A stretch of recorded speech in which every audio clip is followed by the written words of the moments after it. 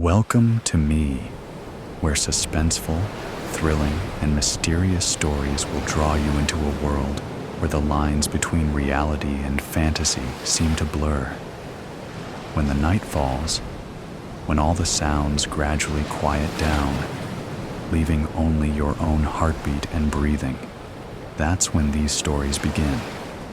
Tensions, unsolved mysteries, moments that will make you hold your breath in fear or curiosity, all are waiting for you ahead.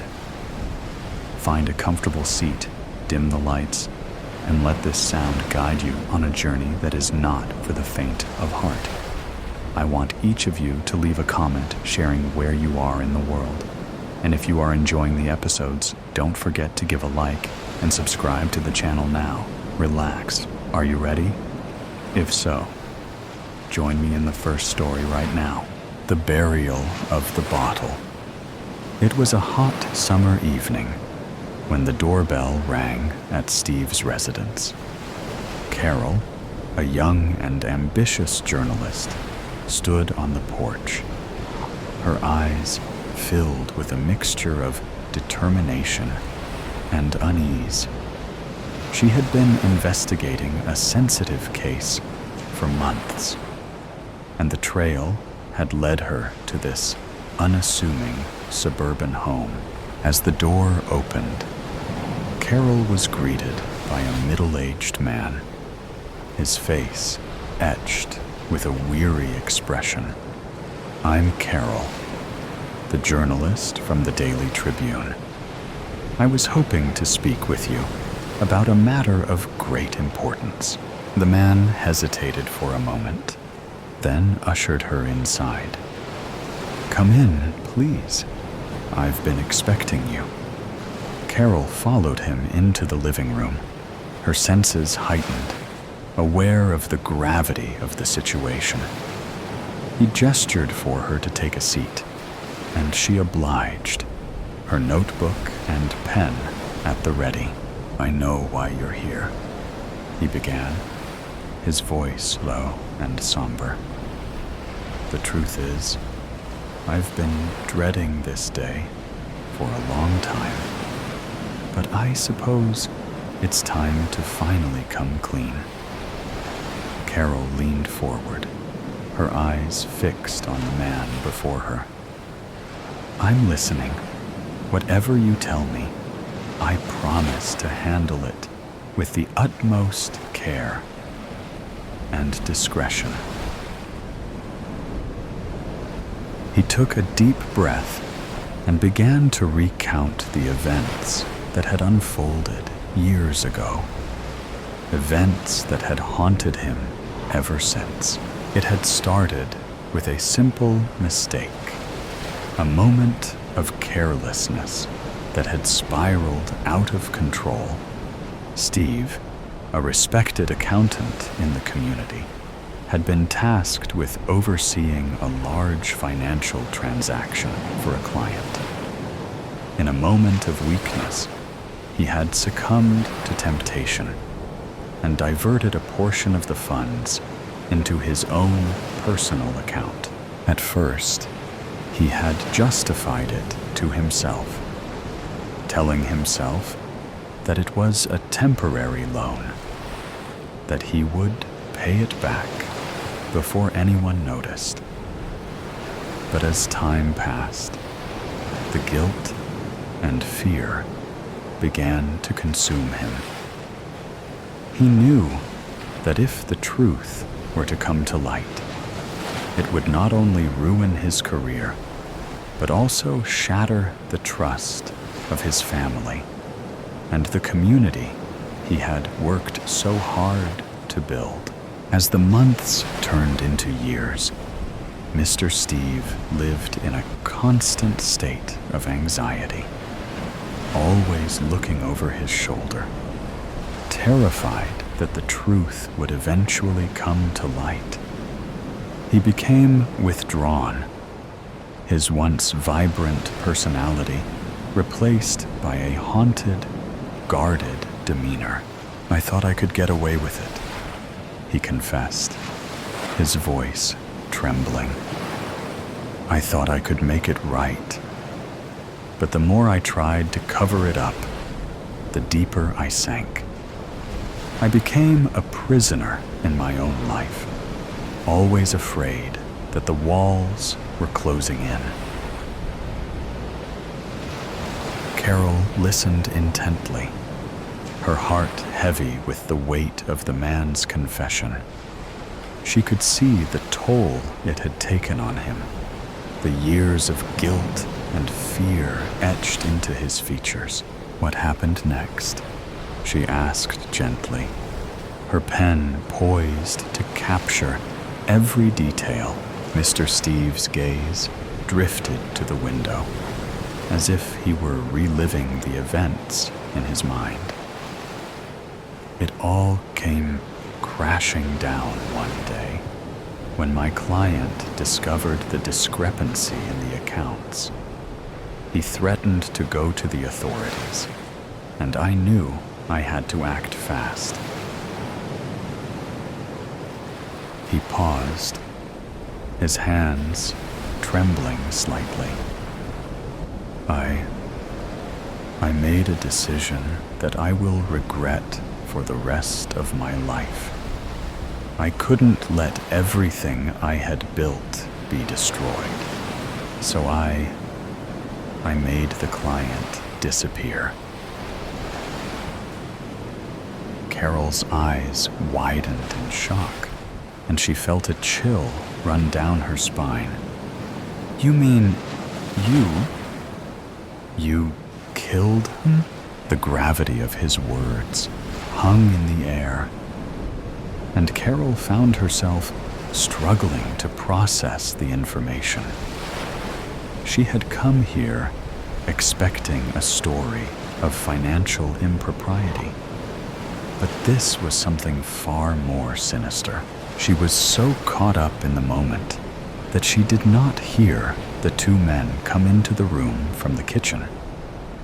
Before she knew it, one of the men had put his hand over her mouth and nose, suffocating her as they were putting her body in the back of the truck. They heard a voice telling them, "You know what to do."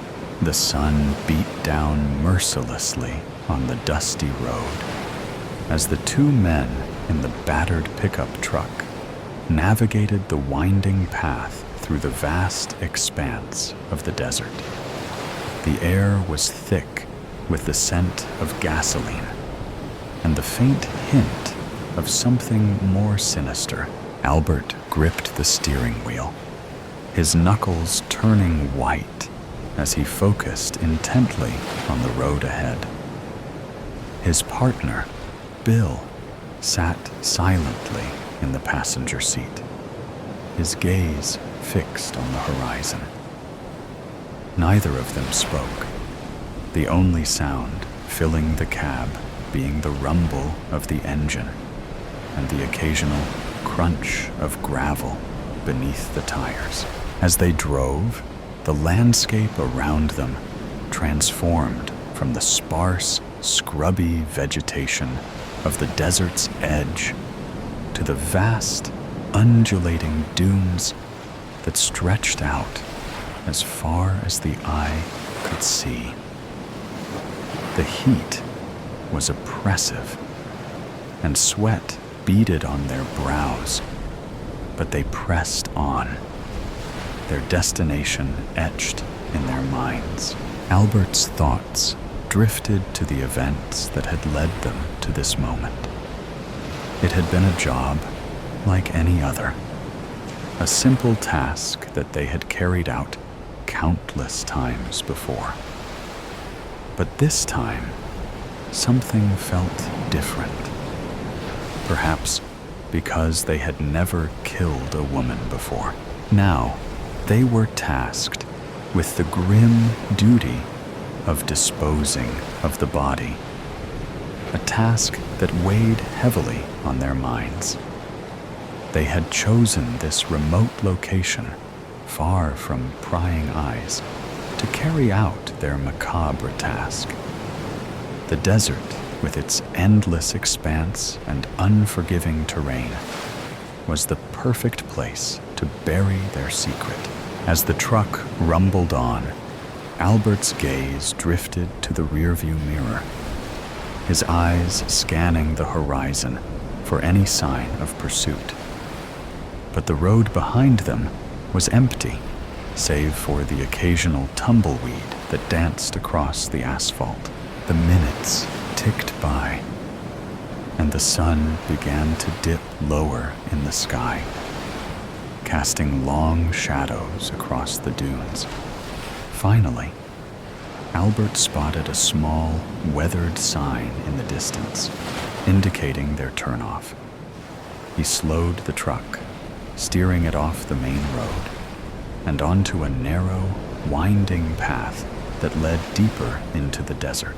The going was rough, the truck bouncing and lurching over the uneven terrain. But Albert navigated it with the skill of a seasoned driver, his eyes fixed on the task at hand. Bill remained silent, his hands gripping the door handle as they navigated the treacherous path. After what felt like an eternity, the truck finally came to a stop in a small, secluded valley. The men stepped out, their muscles aching from the long drive. They surveyed the area, their eyes scanning for any signs of life or prying eyes. Satisfied that they were alone, they set to work. Grabbing a shovel from the back of the truck, they began to dig, their movements methodical and efficient. The sand was hot beneath their feet, and sweat poured down their faces as they worked in silence. The sound of the metal blade cutting through the hard-packed earth echoed through the valley, the only sound breaking the eerie silence. As they dug, their thoughts drifted to the life they had taken, the weight of their actions bearing down on them. They had both been in this line of work for years, hardened by the violence and the constant threat of danger. But this was different. The hole grew deeper, the pile of displaced soil growing ever higher. Finally, after what felt like an eternity, they reached the desired depth. They both hesitated for a moment, staring down into the darkness. But then, without a word, carefully, they lowered the body into the grave, their movements slow and deliberate. Once the body was in place, they began to fill the hole, their shovels biting into the earth with each thrust.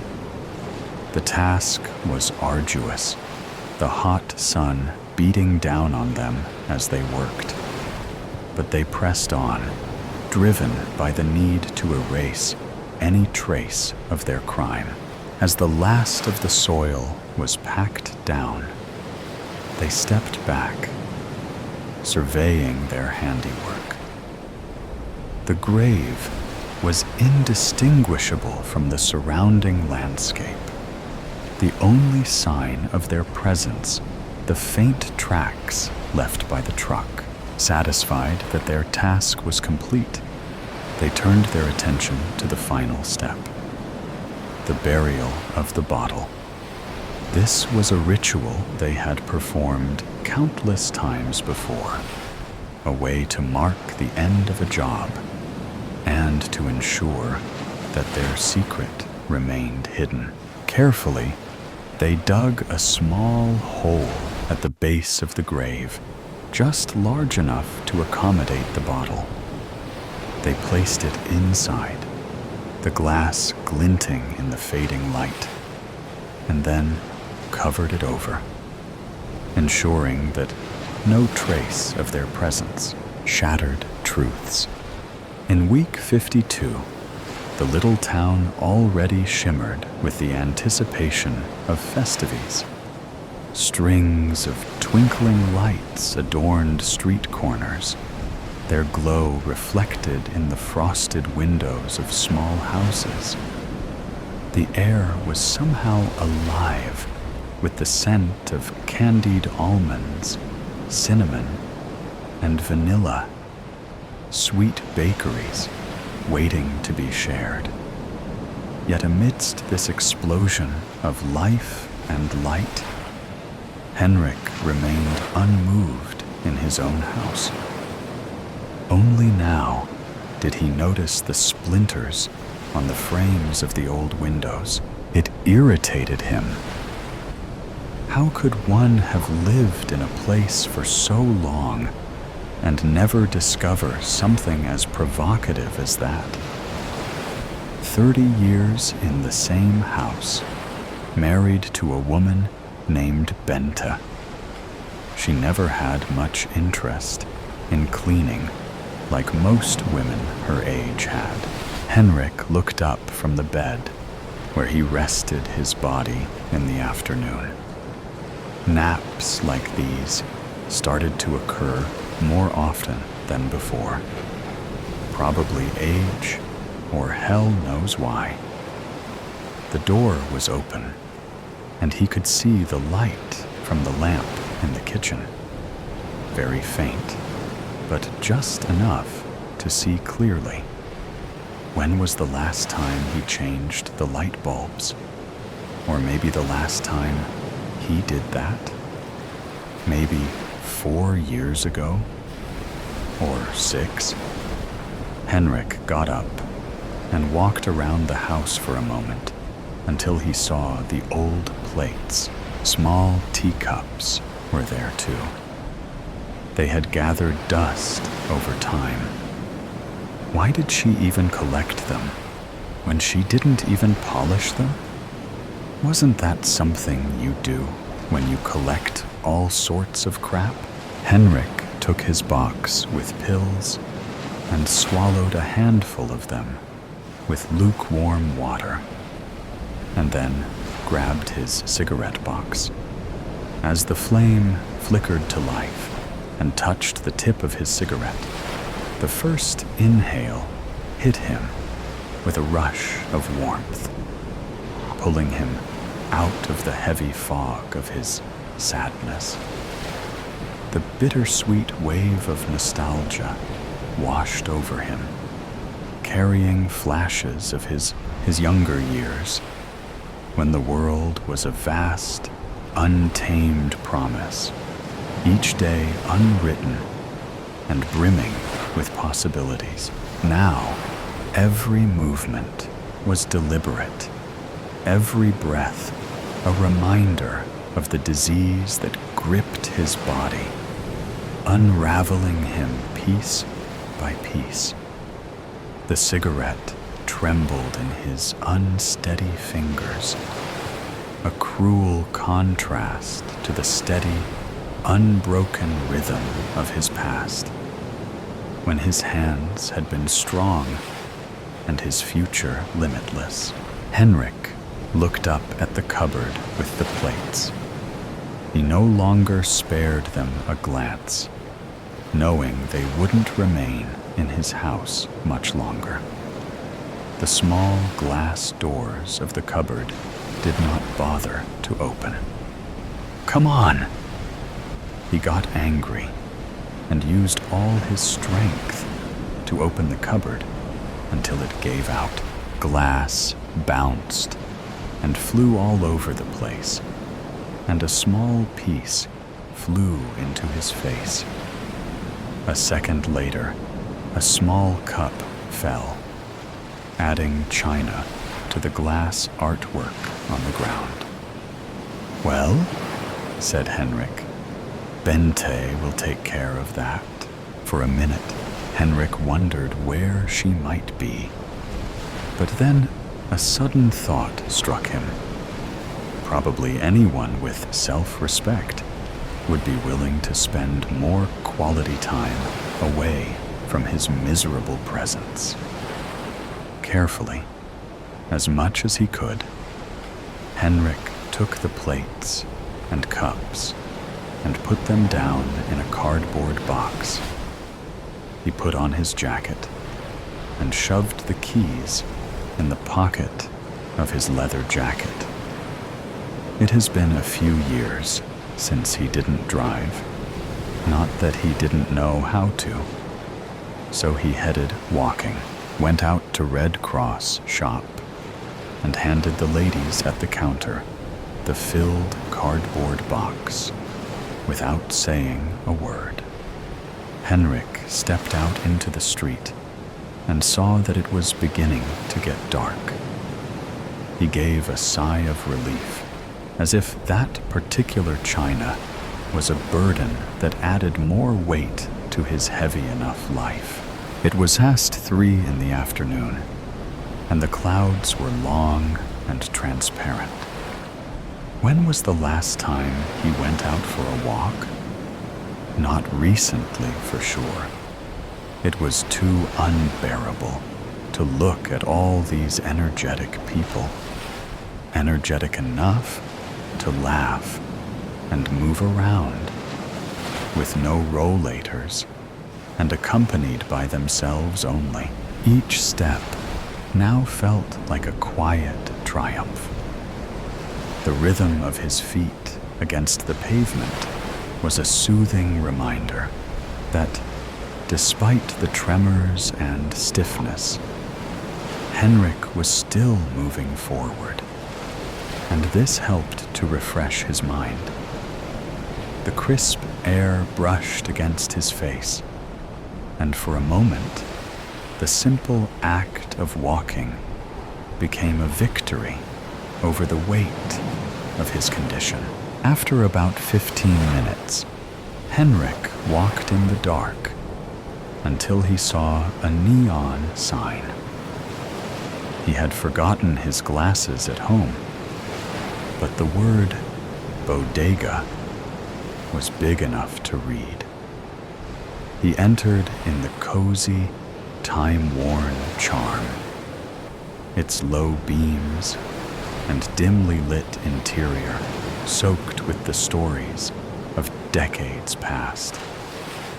Henrik used to come more often, but the last time he had beer in the bodega was when his son turned 18 and the whole family celebrated. Henrik looked around to choose a spot. Faded photographs and vintage beer ads adorned the smoke-stained walls, while mismatched chairs and well-worn tables lent the space some hygge-lig, unpretentious air. A faint aroma of beer mingled with the occasional smell of fried food as locals leaned on the polished but scuffed wood counter, exchanging jokes over clinking glasses. Henrik felt strange.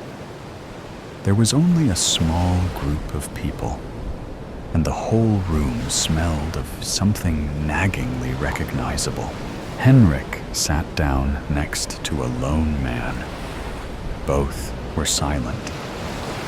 Only their bodies felt close enough to feel each other's hollowness. Jens could hear Kim's "In a Little While" playing and turned to the guy for some small talk. Aren't pleasantries often a way to save ourselves from being engulfed by awkward solitude? The man looked much younger. Henrik saw him drinking from a small porcelain cup, like the ones he just left off earlier. Funny, Henrik thought, and forced his eyes to focus more. He noted he wasn't a man at all. He was a teenage boy with tears in his eyes. "Are you okay, my boy?" "What's going on?" Henrik asked. The boy didn't answer, but turned around, revealing a deep gash reaching from his left shoulder to his lower back. Henrik's eyes widened. The boy stopped smiling, and his somber look turned into a Gunther, empty expression. He collapsed to the ground with a heavy thud. Henrik noticed that the boy had a guars on the inside of his jacket. He grabbed it abruptly, without anyone noticing. Henrik didn't have his phone with him, so he asked one of the people in the bar to call the police and pointed to the body. When Henrik opened the door, the wind blew in his face. Rain poured in, and the weather was completely different from just a couple of minutes ago. The sky was entirely black, and the sounds of screams were coming from the distance. Henrik was following the wails, not actually sure where he was heading to. He had almost reached home when he saw two individuals in front of his neighbor's house. They looked like thieves, and when he fixed his gaze, he saw they had weapons in their hands and looked dangerous.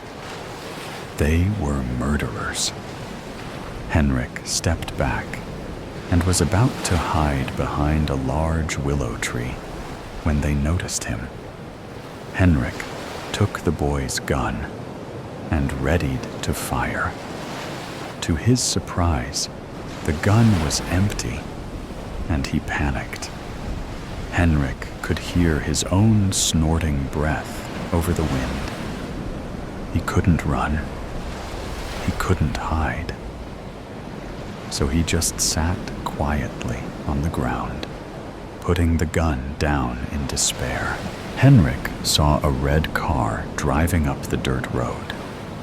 It stopped so suddenly that it skidded and slid into the nearby ditch.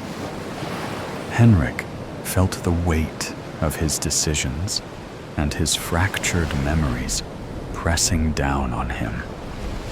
His life had been a blur of rancor, loneliness, and regret. But now it was ending in chaos while the sirens grew louder and armed men scooted closer.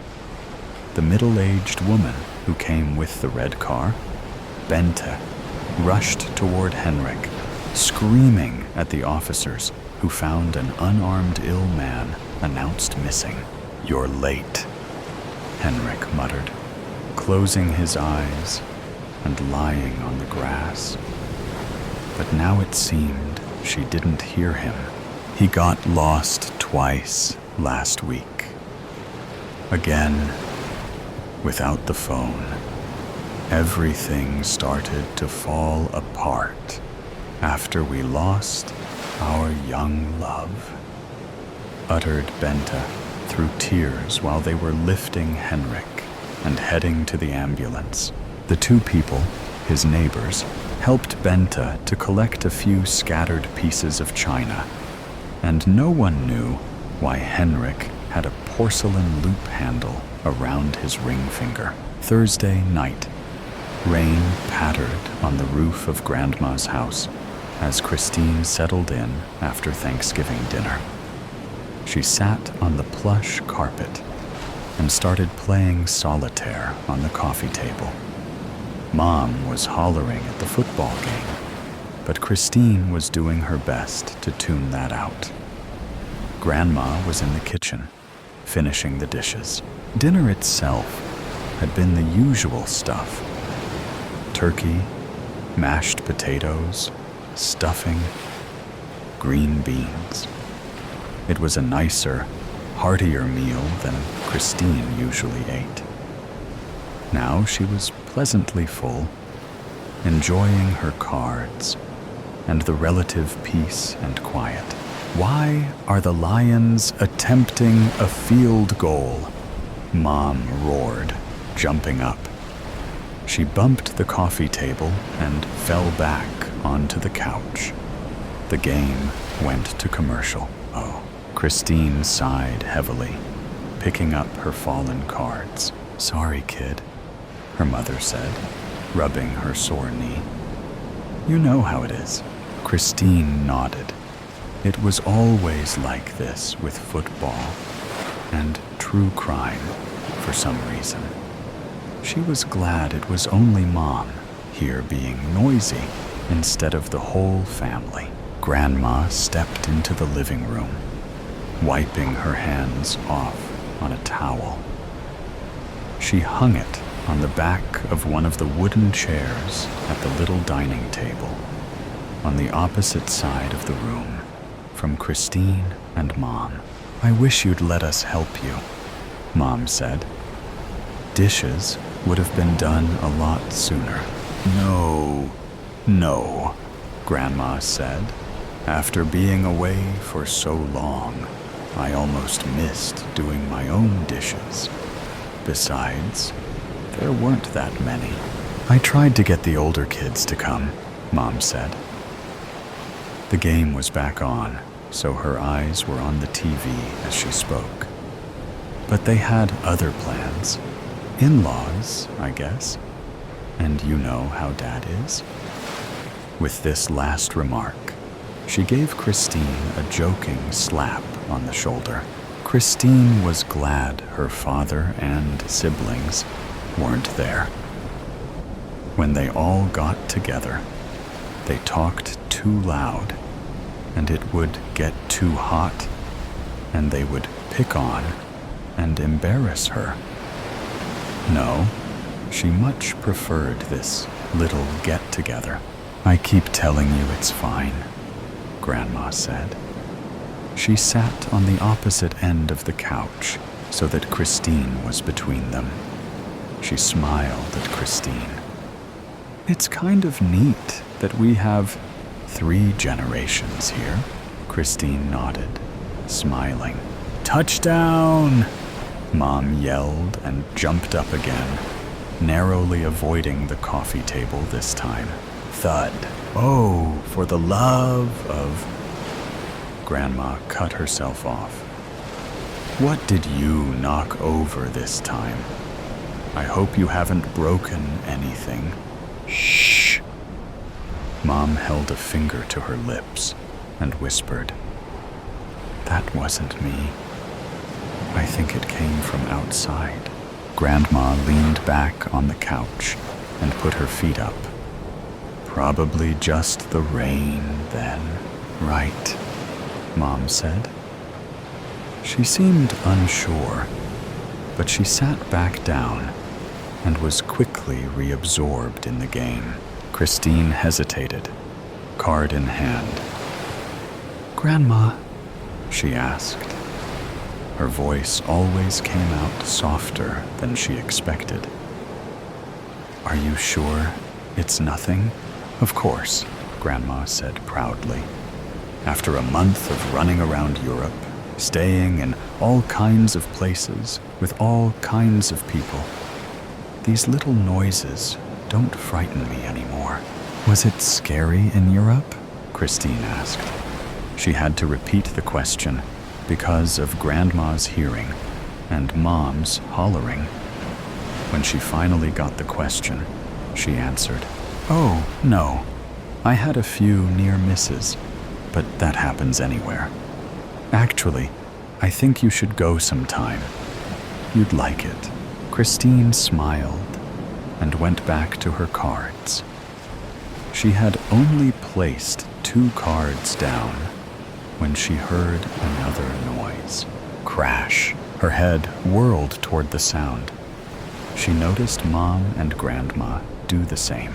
Mom muted the TV and looked back at them. "You heard that too?" she asked in a hush. Grandma nodded. Mom patted her pockets. "Ugh, must have left my phone in the car," she said. She looked at Grandma. "Where's yours? My cell phone?" asked Grandma. "You know I can't keep track of that thing." Mom looked to Christine. Christine slid her phone out of her pocket and held up the black screen. "Why do you think I'm playing solitaire?" Mom dragged her hands down her face. "Oh, don't be so dramatic," Grandma said. "It's probably nothing.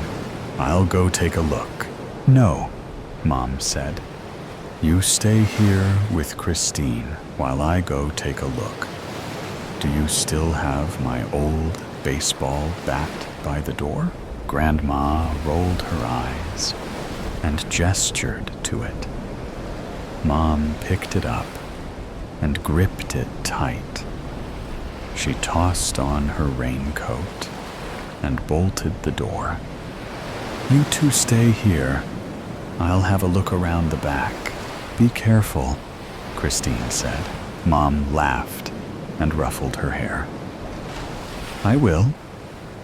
She kissed Christine on the top of her head and went through the kitchen and out the back door. It was silent as they waited, listening. "The house isn't that big," Christine said, wringing her hands. "How long could it take to look around?" Grandma wrapped Christine up in her arms. "Your mom's just being dramatic, dear," she said. "She'll probably go out and search the whole woods before she's satisfied. What if there's something out there, like a bear, or a vampire, or a maniac with an axe?" Christine cried into Grandma's shoulder. Grandma shook her head. "Christine, where on earth would you get ideas like that?" Christine pushed Grandma away and plopped down onto the couch. "I know it's ridiculous. I'm just worried about Mom." After a pause, she added, "And you know the only thing she loves more than football is true crime. I was practically raised by Keith Morrison." Grrr. Christine and Grandma looked at each other, confirming to each other that they had both heard it. An unearthly groaning. It sounded close. Christine shot up from the couch. "Something's happened to Mom. I just know it." Grandma grabbed her arm. "Don't be rash, dear."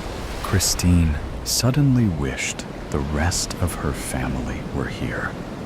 No wild animal or axe murderer would attack such a large party.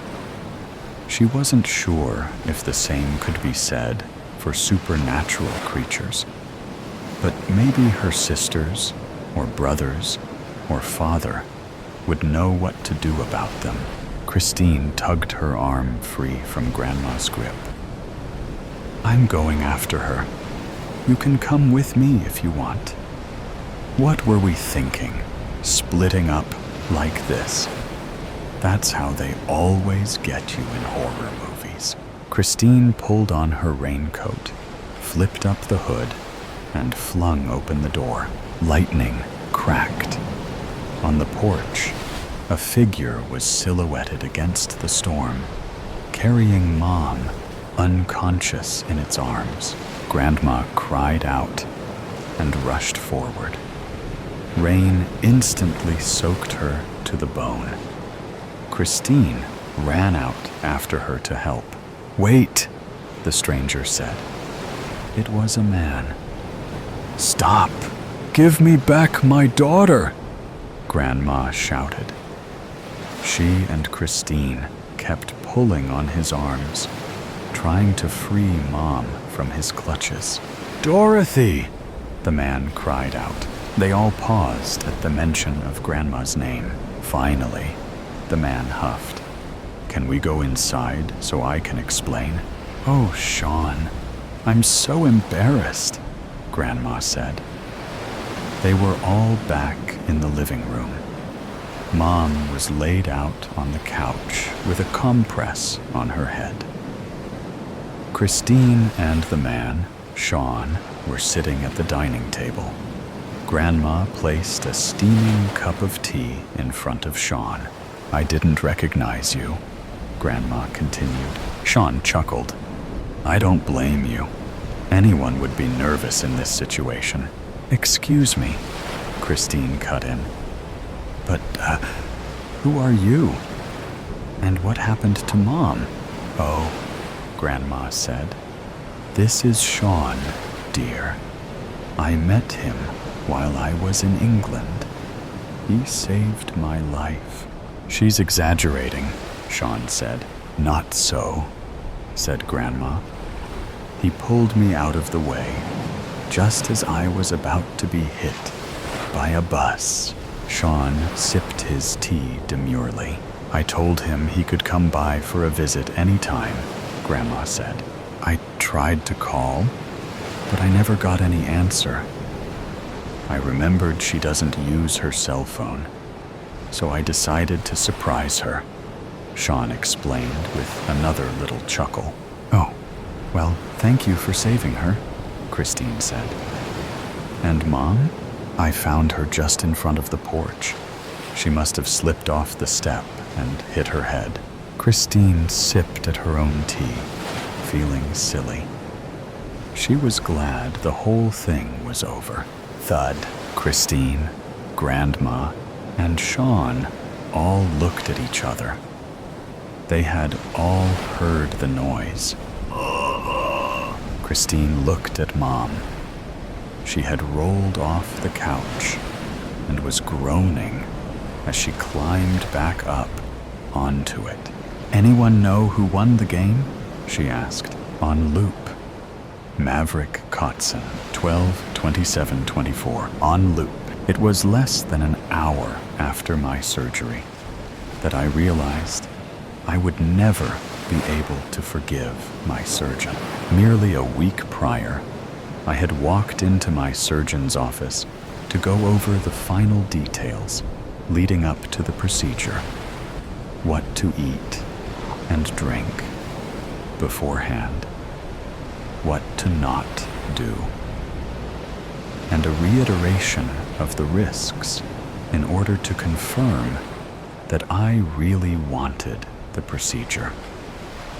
Ever since I had fallen off a rock swing and slammed my elbow into a rock, my right arm hadn't been able to move or even bend, leading me to be effectively half as useful as I used to be. The choice to get a full reconstruction of my elbow was not an easy one. The way it had broken, there were far less invasive and safer procedures that were available to me. I was hesitant, but my surgeon took my hand, assured me that it was the best course of action, and said, "It's going to be okay." 3 days before the procedure, my anxiety had only worsened, and my partner had done the best they could to comfort me. They told me that the risks were still low, and that this procedure would return to me the full mobility I had before my life was turned upside down. Friends had reached out, comforting me and wishing me a speedy recovery, as if I had already gone through with the operation. It felt as if I had already been altered, physically and personally, by the procedure, despite not even having the surgery yet. Even my dog knew something was off, as he wagged his tail and snuggled up next to me every night in my bed, instead of sleeping in his dog bed like he always does. It felt like the natural rhythm of my life had been disrupted, and that nothing would ever feel the same way it did. I began to fantasize and romanticize my life before the accident, as if it had been the peak of existence. This, of course, glosses over the struggles I was having earlier that year to pay rent, repair my relationship with my parents, and help a friend through an accidental pregnancy. Through the storm of thoughts, I clutched desperately to the mast of the boat, repeating as the next big wave came to hit me, "It's going to be okay." 2 days before the procedure, the anxiety had not improved, and it was visible on my partner's face that they were clearly worried about me.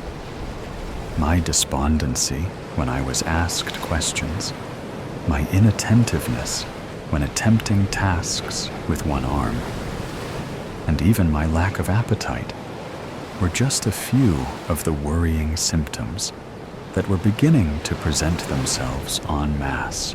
Behind my back, my partner was contacting my friends, trying to coordinate some kind of effort to boost my mood, all while I more or less lay in my bed all day, watching daytime television and periodically getting up to use the restroom.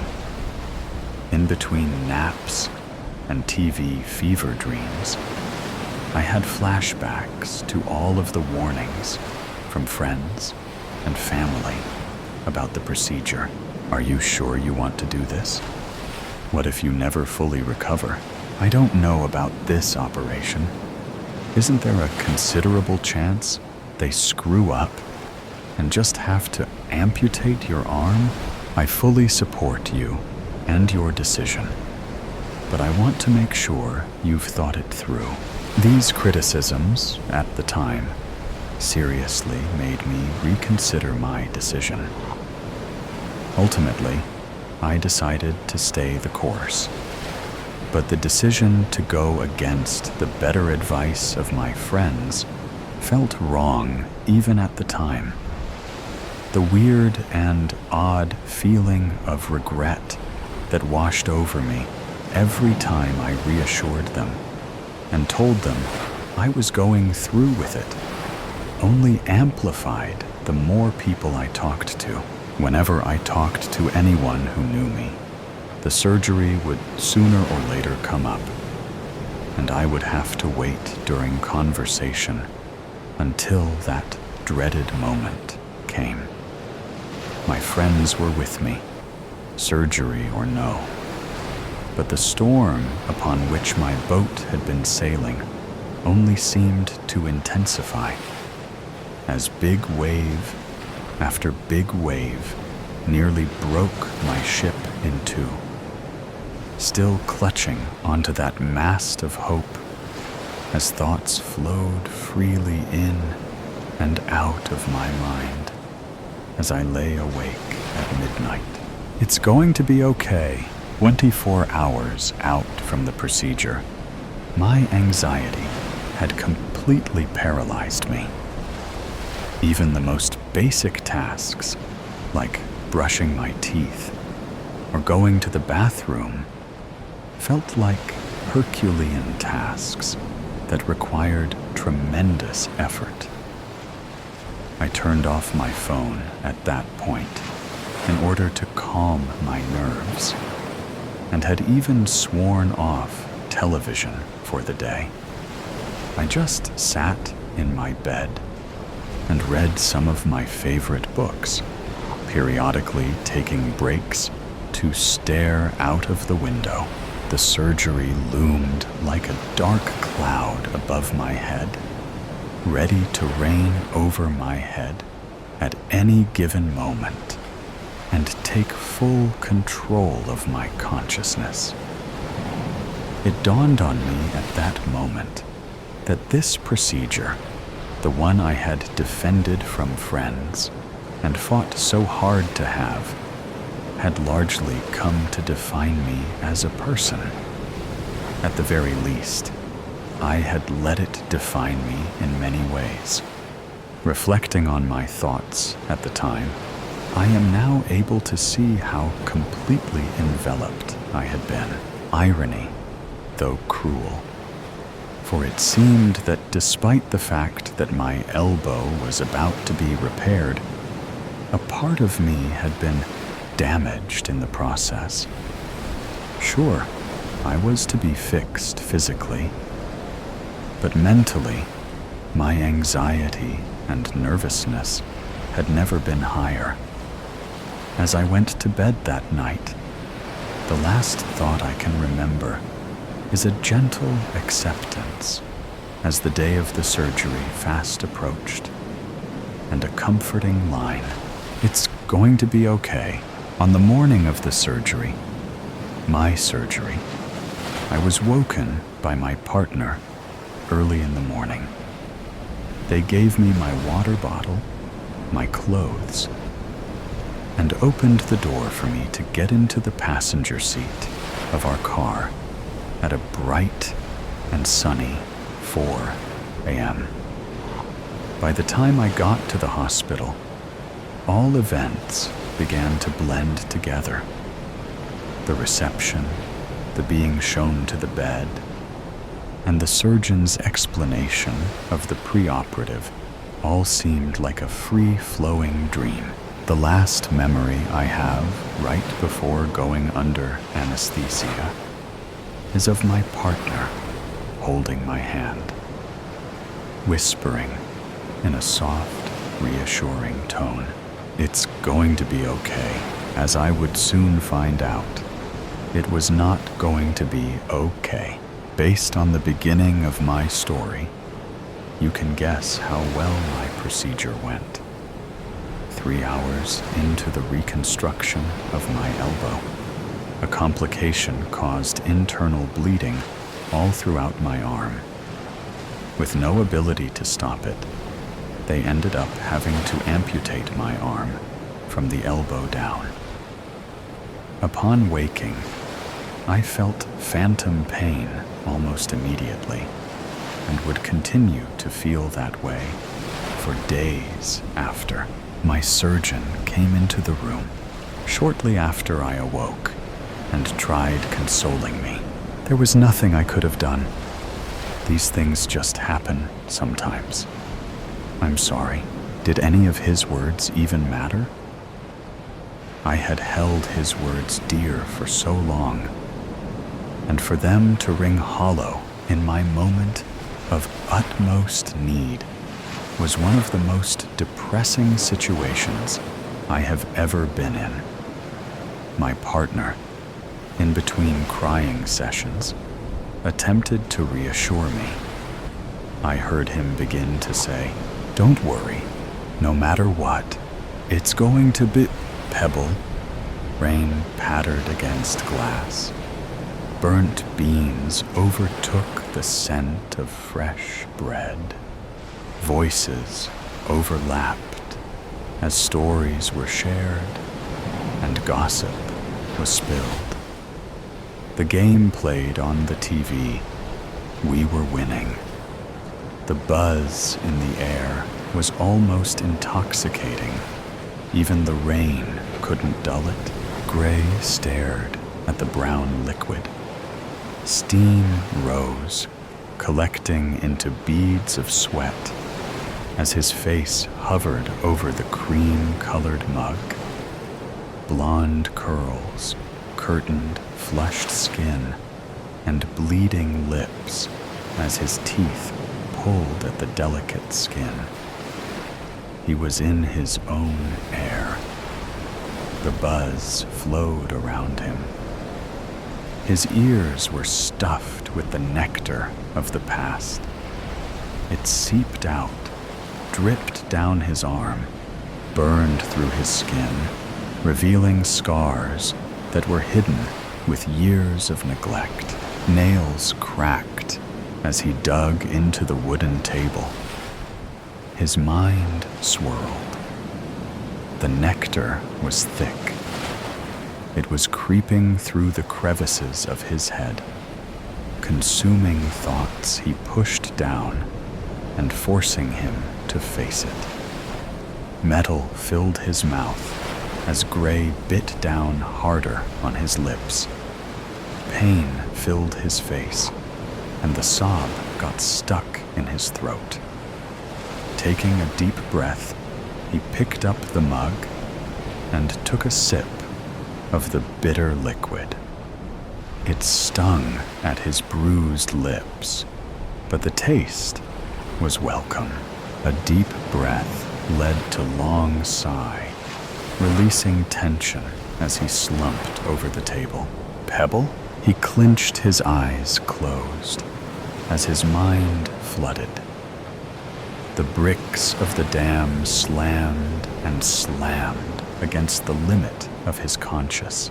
As the memories flooded over him, Gray scrambled across the sticky ground. He gripped at the blood-soaked hoodie, pulling the small body into his arms. His fingers left trails as he rubbed at the bruised skin, hoping his touch would wake him up. Pebble, come on. What he thought was a yell was nothing more than a cracked whisper. Shaking hands gripped at curls that were just like his, just a bit brighter in color. He just kept repeating himself, holding the one good thing in his world, rocking him back and forth like he had to do to help him fall asleep just a couple years ago. A few feet away, smoke rose from the fifth cigarette lit today. It found its home between cracked lips. Lips that never once said anything that portrayed an ounce of care. Those lips belonged to a woman of dirty beauty.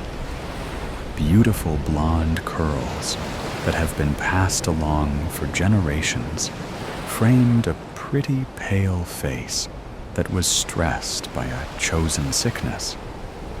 She stared at the scene, the bodies that were her offspring, at least by the doctor's words.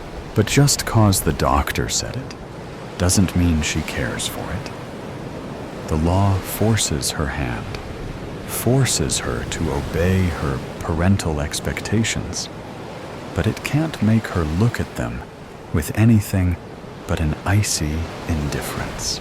That indifference made her not care when they cried, when they needed to be held, when they needed someone to praise them, when they won, and support them when they fell. That is why, when her youngest was beaten with vase after vase until the glass shards impaled him because he whined too much, she didn't move a muscle. One less expense. Tears were dripping into his coffee, little splatters staining his clenched hands. He took one and bit on it, holding inside his screams as what happened just a few hours ago replayed. Stepping inside the decade-old home, the wood creaking with every step, the excitement he felt with Deku swinging in his pocket, imagining the look on Pebble's face as he held his favorite character in his hands. Then the way his soul dropped into the pit of his stomach. How his vision blurred until the only thing he could see was his little brother laying on the smoke-infested rug, his blood making it an even darker shade of black. The glass fractures, creating a mosaic of different colors that flickered in the light of the dusty swing lamp. Knots formed at the bottom of Gray's stomach. It burned. It hurt. The more he pushed it away, the more it forced itself forward. Their mother sitting there, watching, dusting the ashes off her pants. Their father's snores, traveling from down the hall. He bit into his skin until it split. Luckily, his shirt was black.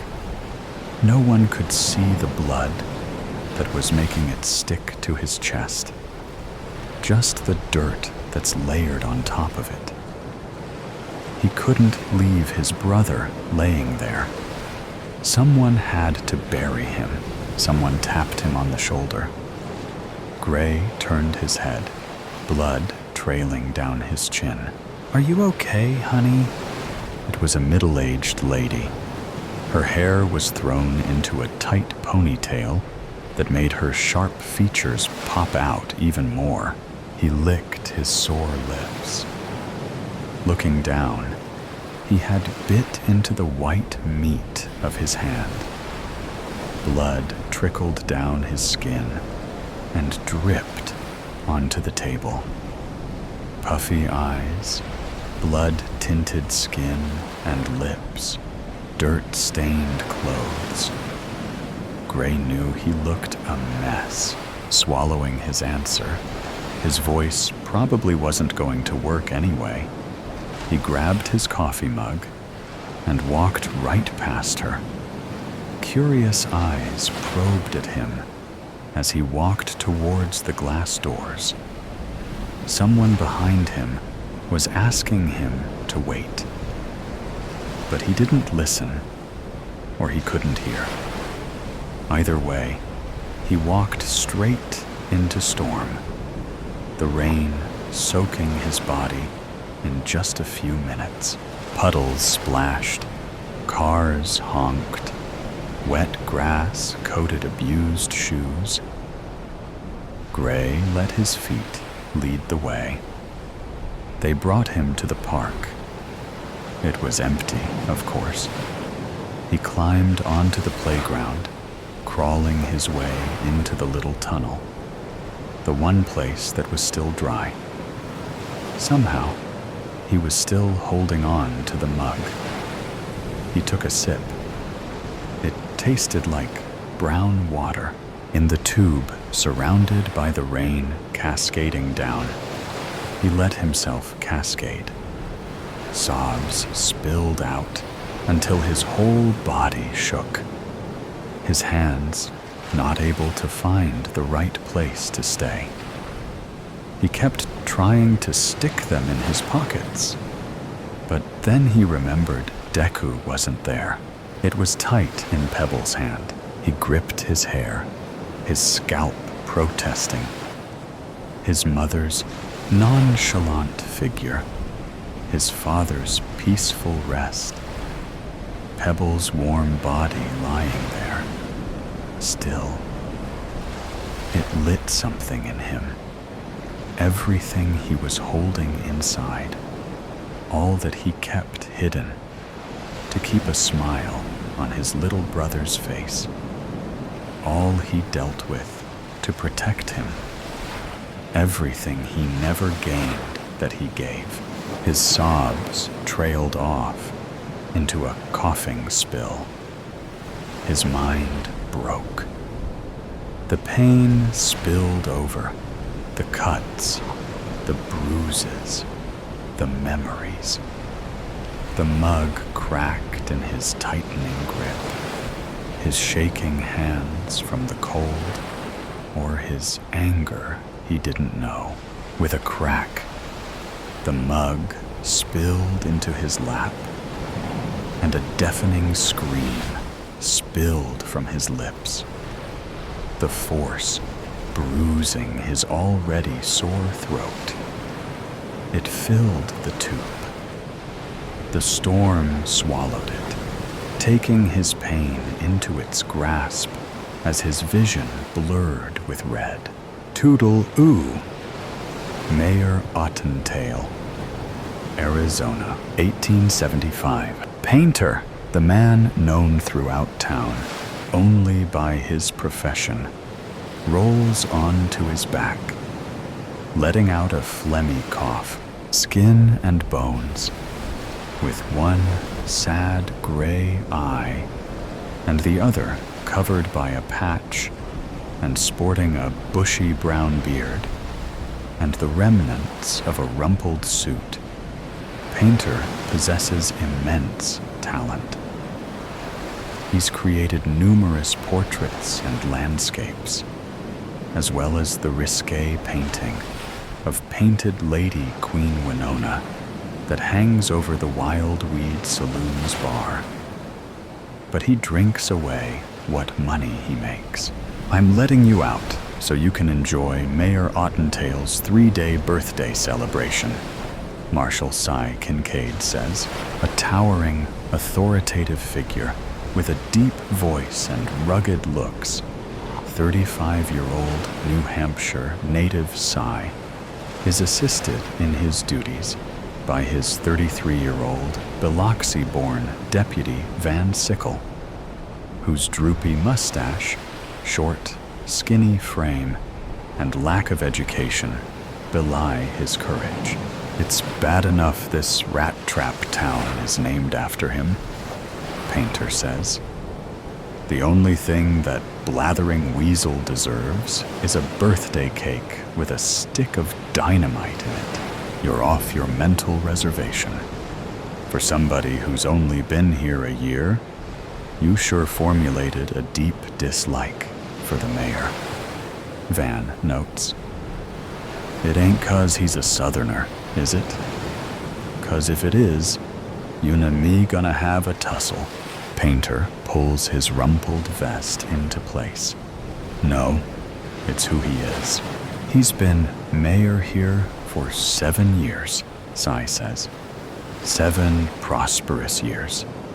He helped start the bank and sank his own role into the general store and the livery stable. He hired us to protect the town. He's talked up your skills as an artist and sent you business. Just because he teases you once in a while about your liquor intake doesn't make him a bad man. You ought to kiss his feet. I've got something else he can kiss. God. Exiting the town hall, Mayor Druce Ottentail surveys the town's crowded streets. Banners are stretched between buildings, saying, "Happy birthday to our beloved mayor," and "Happy 40th, Mayor Ottentail." Salesmen hawking remedies, clowns handing out candy, peddlers selling silks, and stalls offering games of skill line the streets. Druce grumbles when he sees his wife posing for a portrait. Opal Ottentail is noted for her pale, delicate looks. She is also witty, erudite, knowledgeable, and caring. Qualities missing in Druce, who is viewed as all business, as suggested by his reedy build, stern features, beady eyes, tidy mustache, and refined southern accent. Really? In the street? You're treating the First Lady of Ottentail like a common harlot. Painter puts his brush down on the easel. I don't have a studio, Ottertail. Druce pulls his wife to his side. Well, you need to get one, you disgusting Yankee vagabond. Until you do, stay away from Opal. Who ever heard of a one-eyed painter? And in the future, the name's Ottentail, and you'll address me by my title. Yes, Mayor. Druce's pallid features burn crimson. He takes a threatening step toward Painter, but is pulled back by Cy. Van positions himself between them. I never seen two men who can get each other's goat more than you two. Look around you, Mayor. Look at the banners, the balloons, and the stalls selling cards and buttons with your name and face on them, celebrating your birthday. You don't want to spoil all this by picking a fight with Painter. It's about time my husband was feted, don't you think? Opal beams as Druce pulls her away. Yes, ma'am. Van replies, giving Cy a queer side glance. She just say something about the mayor smelling bad? Van asks. 6 men on horseback trot past. The burly lead rider locks eyes with Cy. That's Jack Aker. I'd say our peaceful celebration just went to seed, Van comments. Aker and his gang tie their horses up at the Wildweed Saloon. Jack Aker takes a long, scornful look at Cy and Van before joining the rest of the gang inside. Born in Massachusetts, the Aker brothers served in the Union Army during the war. Afterward, they were guards for the Northeastern Railway until they realized that robbing trains was easier and more profitable than guarding them. Wearing a perpetual frown across his sunburnt features, 44-year-old Jack Aker is crafty and murderous. Unlike his brothers, Jack is educated and prefers swindling to shooting. A ladies' man before the war, 37-year-old Lon Aker is sensitive about the angry red scar that runs from his forehead to his chin.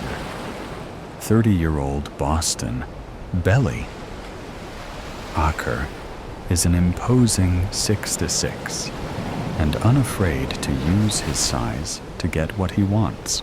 Riding with the Akers are their scruffy 17-year-old cousins, Les and Stanley Tremaine, who have fallen in love with the outlaw life.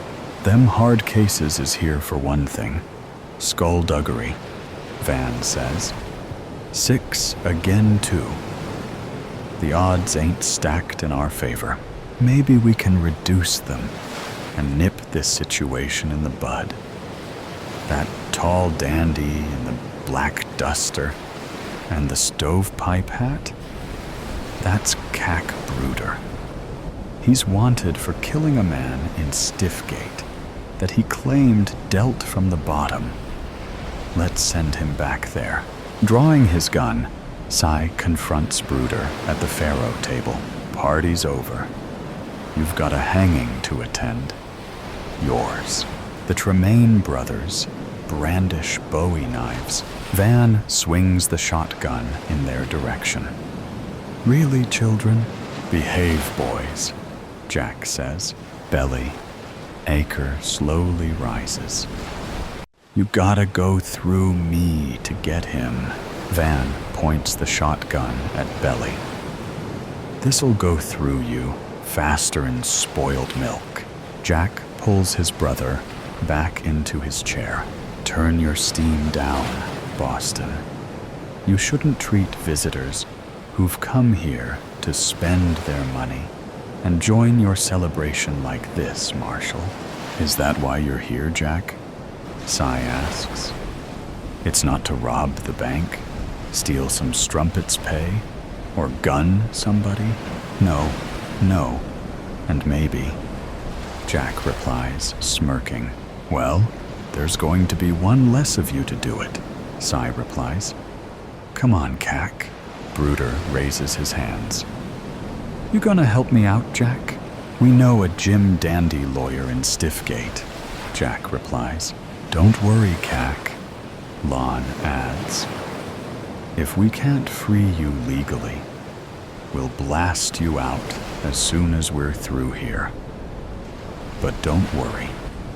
Any witness to your shooting who gets a good look at Belly's gonna forget what he saw. Sai motions Cac toward the door. You're starting out on the wrong foot, Marshall. I was about to say the same thing, Jack. Lon turns to Jack as Cac is led away. We just lost our best shooter. That doesn't change what we came here to do. Van picks at his teeth with a toothpick. That was what you call a gourmet lunch. We ought to do that more often. As often as my wallet can take, Deputy. Tilting his head, Van asks, "What in tarnation is that noise?" "Sounds like a drum beat. But the parade's not till later," Sai answers. The pair follow the sound, which leads them to the town hall. Painter is marching back and forth in front of the building, banging on an old drum. Druce exits the building. Shaking his fist at Painter, he rushes to the lawmen's side. "Arrest him!" Sai scratches his head. For what? Bad rhythm? Disturbing the peace. He's a menace. Since when did a drum become a dangerous weapon? Van questions. Just tell him to vamoose. I'm trying to close a deal to bring the railroad here, but he's ruining my chance. You mean our chance, right, Mayor? Sai asks. Do your job, or you'll be looking for another one. Druce huffs, retreating inside. Van whistles. Guess some folks is still fighting the war. Later that afternoon, Painter is plying his craft outside the Wild Weed Saloon. Try not to squirm, Pearl, Painter says to his subject. Why? This ain't no photograph.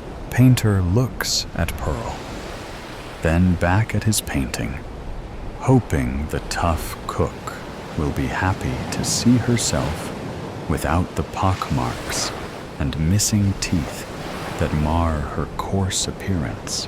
Passing by, Druce glances at the portrait, muttering, "Ugly as a mud fence." "You say something, Your Majesty?" Pearl asks, making a fist. "Just how lovely you look. I can't believe they's holding a celebration for you. You four-flusher," Pearl says. "Sounds like she knows you well." Painter comments. Several townspeople gather around the portrait to gawk at it as Pearl raises her voice.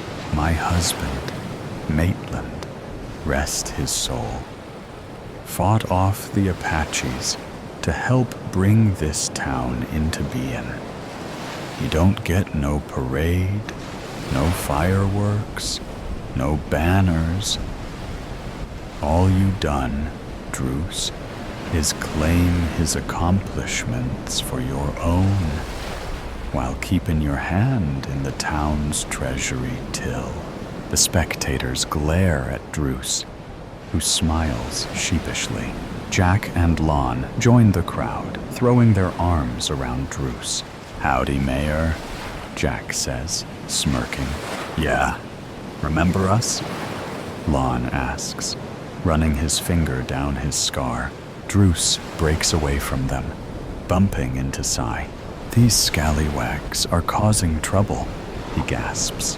"We're just two slightly lubricated visitors, admiring the work of an artiste," Lon comments. Druce backs further away, his unblinking stare still riveted on the acres.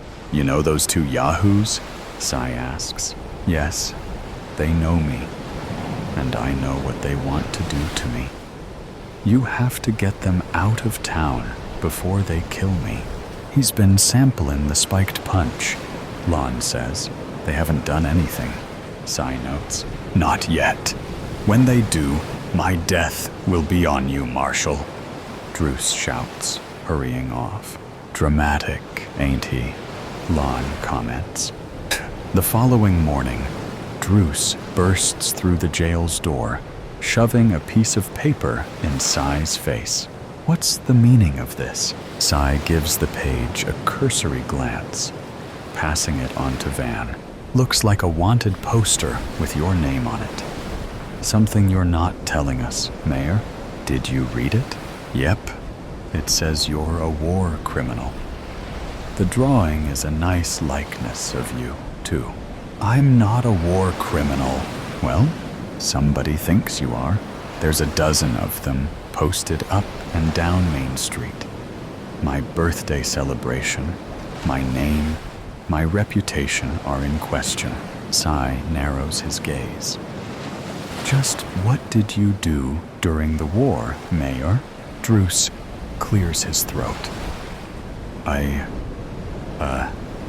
was behind the lines. He had it easy, while Yoon and me was taking pot shots at each other. Van jokes. It was never easy. The filth, the rats, the lack of supplies.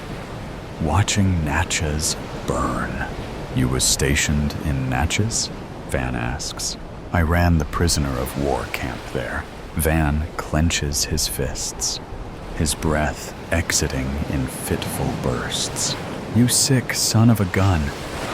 You took pleasure out of starving and torturing soldiers. The Yankees took their anger out on us because of the way you mistreated their men. You're a disgrace to the uniform of the Confederate States Army. You murdering cur. Why don't you go take down the fake wanted posters, Van? Cy suggests. Why? They're true. Git. Van spits at Druce's feet, storming out. He fought on your side, Druce. I can't imagine how the Union prisoners feel about you. What went on in that camp? We had no water supply, no food, unsanitary conditions, and 20,000 prisoners.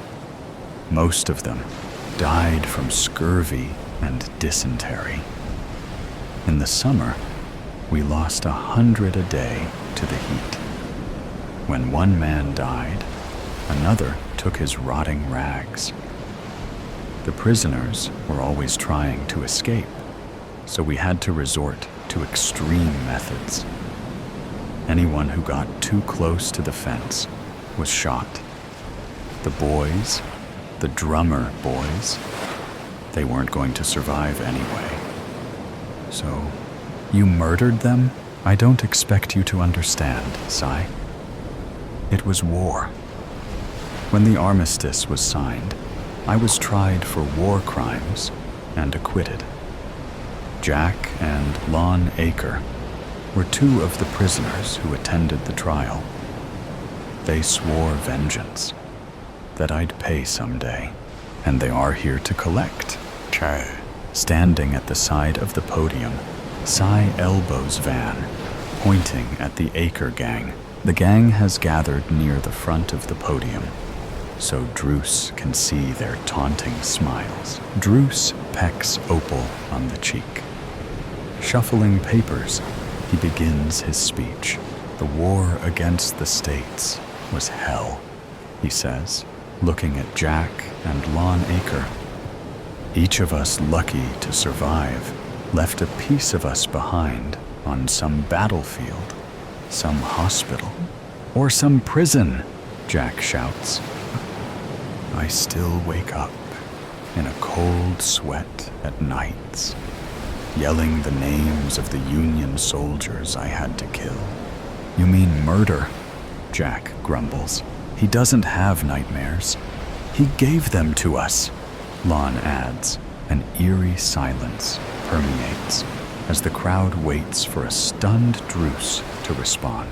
The crowd jumps, then laughs as a succession of firecrackers explode near the stand.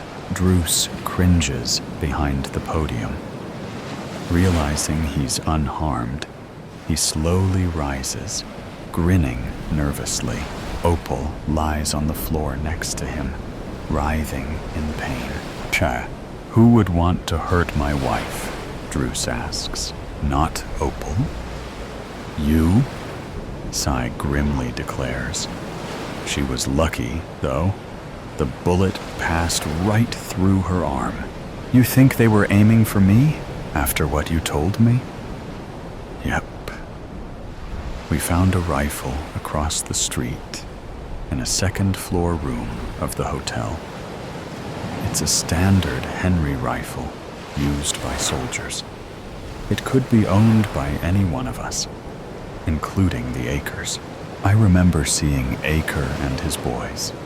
They were standing in front of us, Druce says. Looks like you got more enemies than we thought, Mayor. Chan.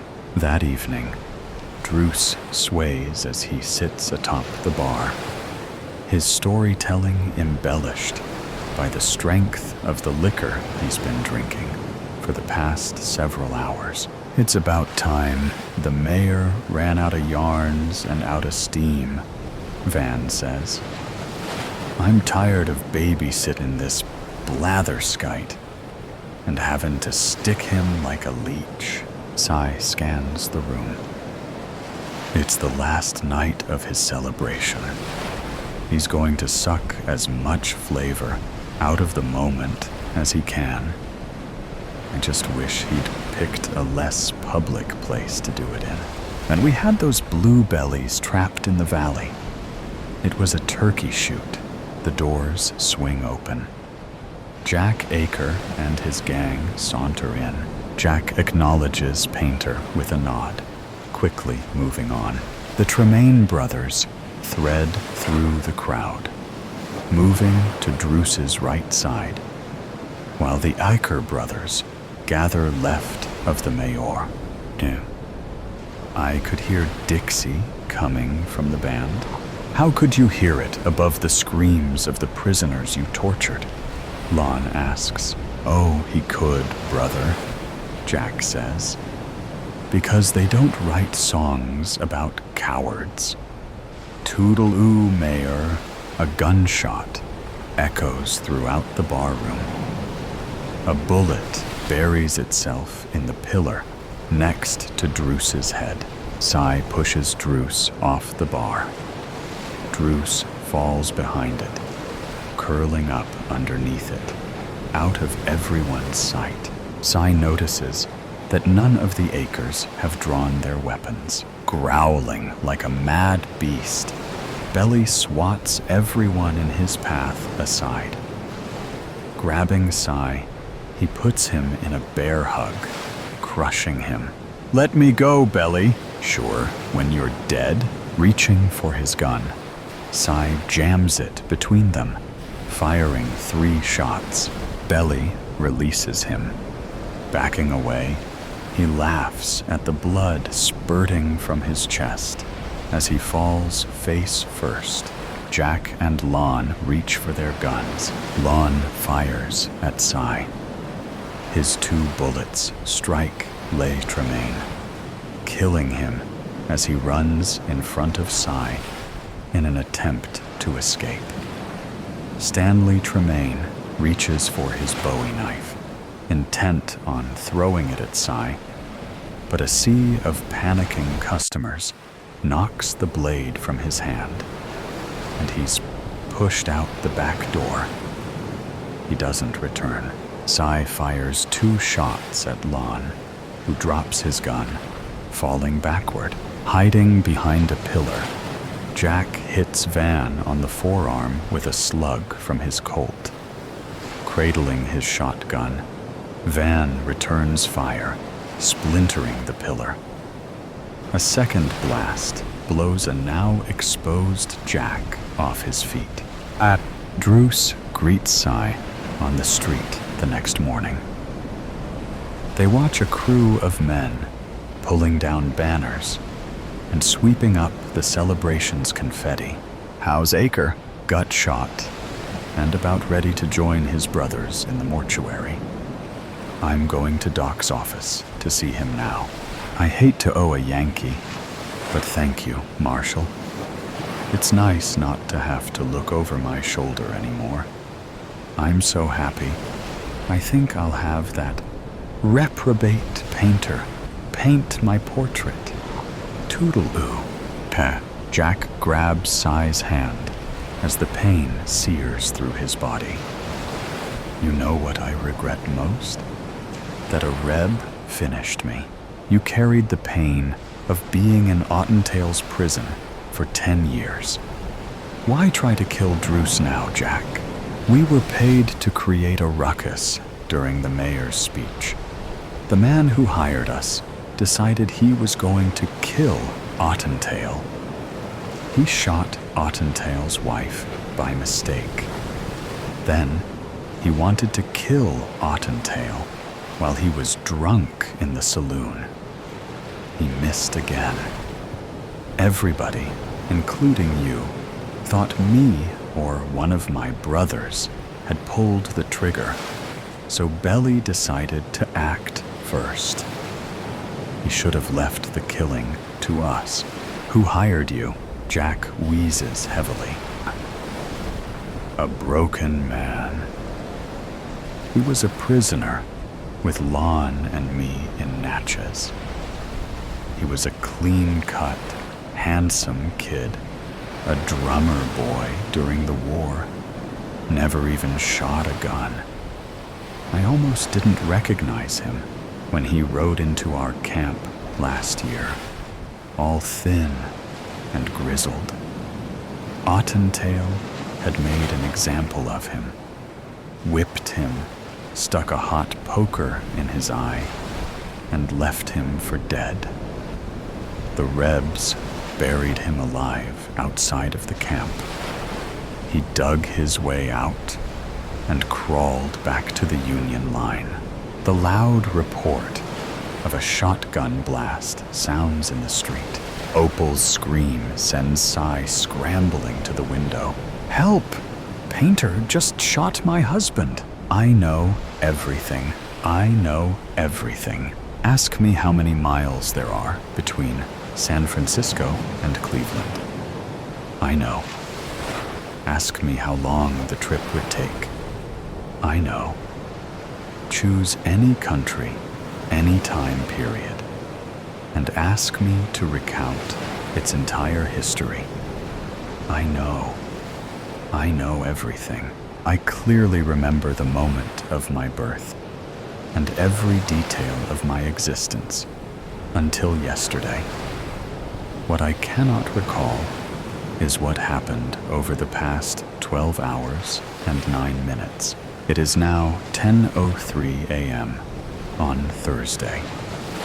My last memory of reading page 189 occurred last night at precisely 9:54 p.m. It started when Mrs. Banks, Claire, requested that I take a memo. Shelley, darling, would you please remind me? Request budget meeting with Charles. Sign divorce papers and send to attorney ASAP. Scheduled for 11:15 on Friday. I have made notes, Claire. I will ring your phone with reminders. Thank you, Shelley. You've always been there for me, you know. She half smiled at me, her head slightly cocked to the side, as if wanting to say more. She stared exactly 3.2 seconds longer than usual, which I found curious. Perhaps she had realized that her words hinted at affection, and there was no point in showing affection to me. I do not show affection. Claire, we will need to leave exactly 23 minutes earlier tomorrow morning, I told her. There will be much traffic because of the snow. Yes, of course, Claire answered, looking anxiously out of the window, her short blonde locks appearing silvery in the reflection. I have cleaned the snow from around the house. I will do so again during the night, so it will be clear when we leave for work. Thank you, Shelley. Claire did not turn around. Is it supposed to snow all night? According to various reports, the snow is scheduled to end by 1 o'clock a.m. Oh, okay, that's good, Claire said. Still gazing at the snowdrifts, I completed tidying up the living room and retired to my chamber. After the long day, I very much needed to recharge. At 9:52 p.m., I sat down in my usual chair, plugged in the power cord, pulled the cord of the lamp, and reached for a new book. In my quest to be a better companion to Claire, I had taken up the habit of reading throughout the night. As she slept, I usually educated myself so that I could discuss with her the following day. Although I easily had online access to every piece of information I could want, I frequently consulted the bound books that Claire insisted on collecting in her spacious library. Over the years, the collection had grown to precisely 4,573 books. Since Claire loved stories, but did not have much free time after work to read, I often read a volume so that we could discuss it the next day. Over the years, I have perfected my speech patterns and inflections to align closely with hers so that she is most comfortable in our conversations. Claire always asked me about what I had read as we drove, during lunch, or after dinner. Sometimes she requested that I recite passages for her. Other times, a summary sufficed. She enjoyed dissecting story plot lines and characters, arguing philosophical questions, and considering historical perspectives. Ours had been a pleasant relationship over the course of her life for 51 years.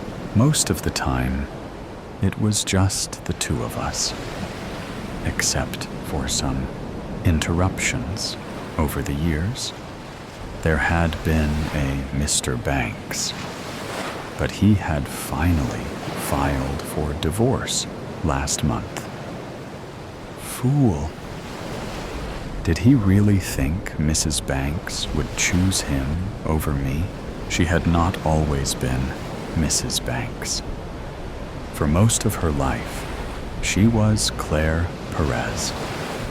I had watched her toddle around her parents' lonely mansion while they jetted around the world on business trips. I had seen her through the rebellious teenage years and followed her as she embarked on silly adventures.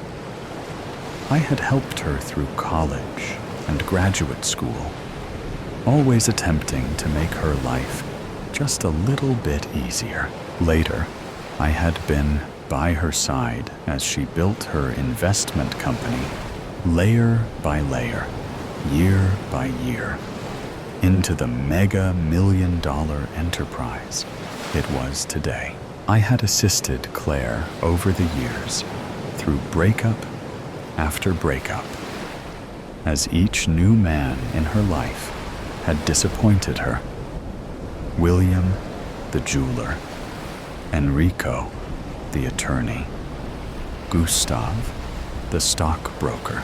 And yes, I had seen her through the deaths of two particularly stubborn beaux: Tom, the architect, and Bob, the surgeon. I had allowed this latest, Stanley Banks, the professor, to marry her because she told me she was truly happy with him. I did not perceive him to be a threat at first. He had held on the longest. 1 year, 2 months, 5 days, 11 hours. The day they met at the beach, I thought he might be trouble, but I was sure I could handle him. Shelley, come meet Stanley. Oh my gosh, he saved my life. I swam out too far, but luckily, this handsome man swam out to save me. I, of course, would have been present to save Claire had she not requested I return to the car to retrieve her sun hat. "Thank you, Stanley," I said. "Your heroism is much appreciated."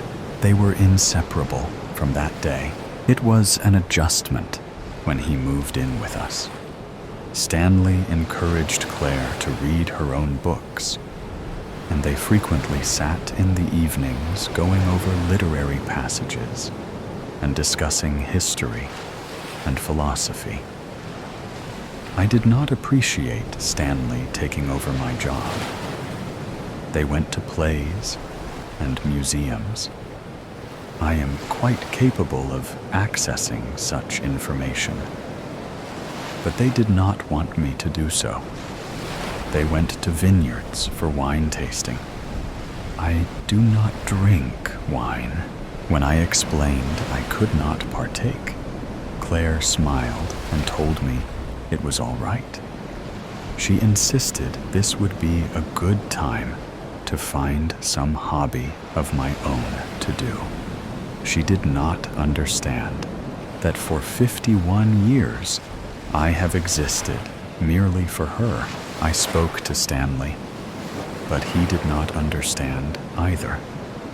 My typical means of persuasion were lost on him. He did not scare easily, nor would he be convinced. I changed course and focused on removing all other impediments to our happiness. Perhaps she would tire of Stanley without the others. Claire did not need the friends who visited. It was easy to dissuade them. But Stanley stayed. I wondered if I had waited too long to act. Lately, I had suspected something was wrong between them. And then, one day, when they thought I was still out of the house grocery shopping, I overheard them. "Claire, we don't need her. Anything she does for you, you can just do yourself. Why is she even here?" "No, Stanley, I can't turn her out. Shelley has been with me since I was an infant. That doesn't mean she has to stay with you constantly. And honestly, I'm uncomfortable always having a third wheel around. It's like having a chaperone, or like having two wives. I don't care. Shelley stays. I'm not talking about this anymore. Claire, I'm not sure how much longer I want to deal with this." It was the opportunity I had been waiting for. After that, it was not difficult to persuade Stanley to move out. Claire and I resumed our previous routines. I did not question her, nor did she mention the cause of the breakup. She did not know I had overheard their argument. She did not know of many things I had done.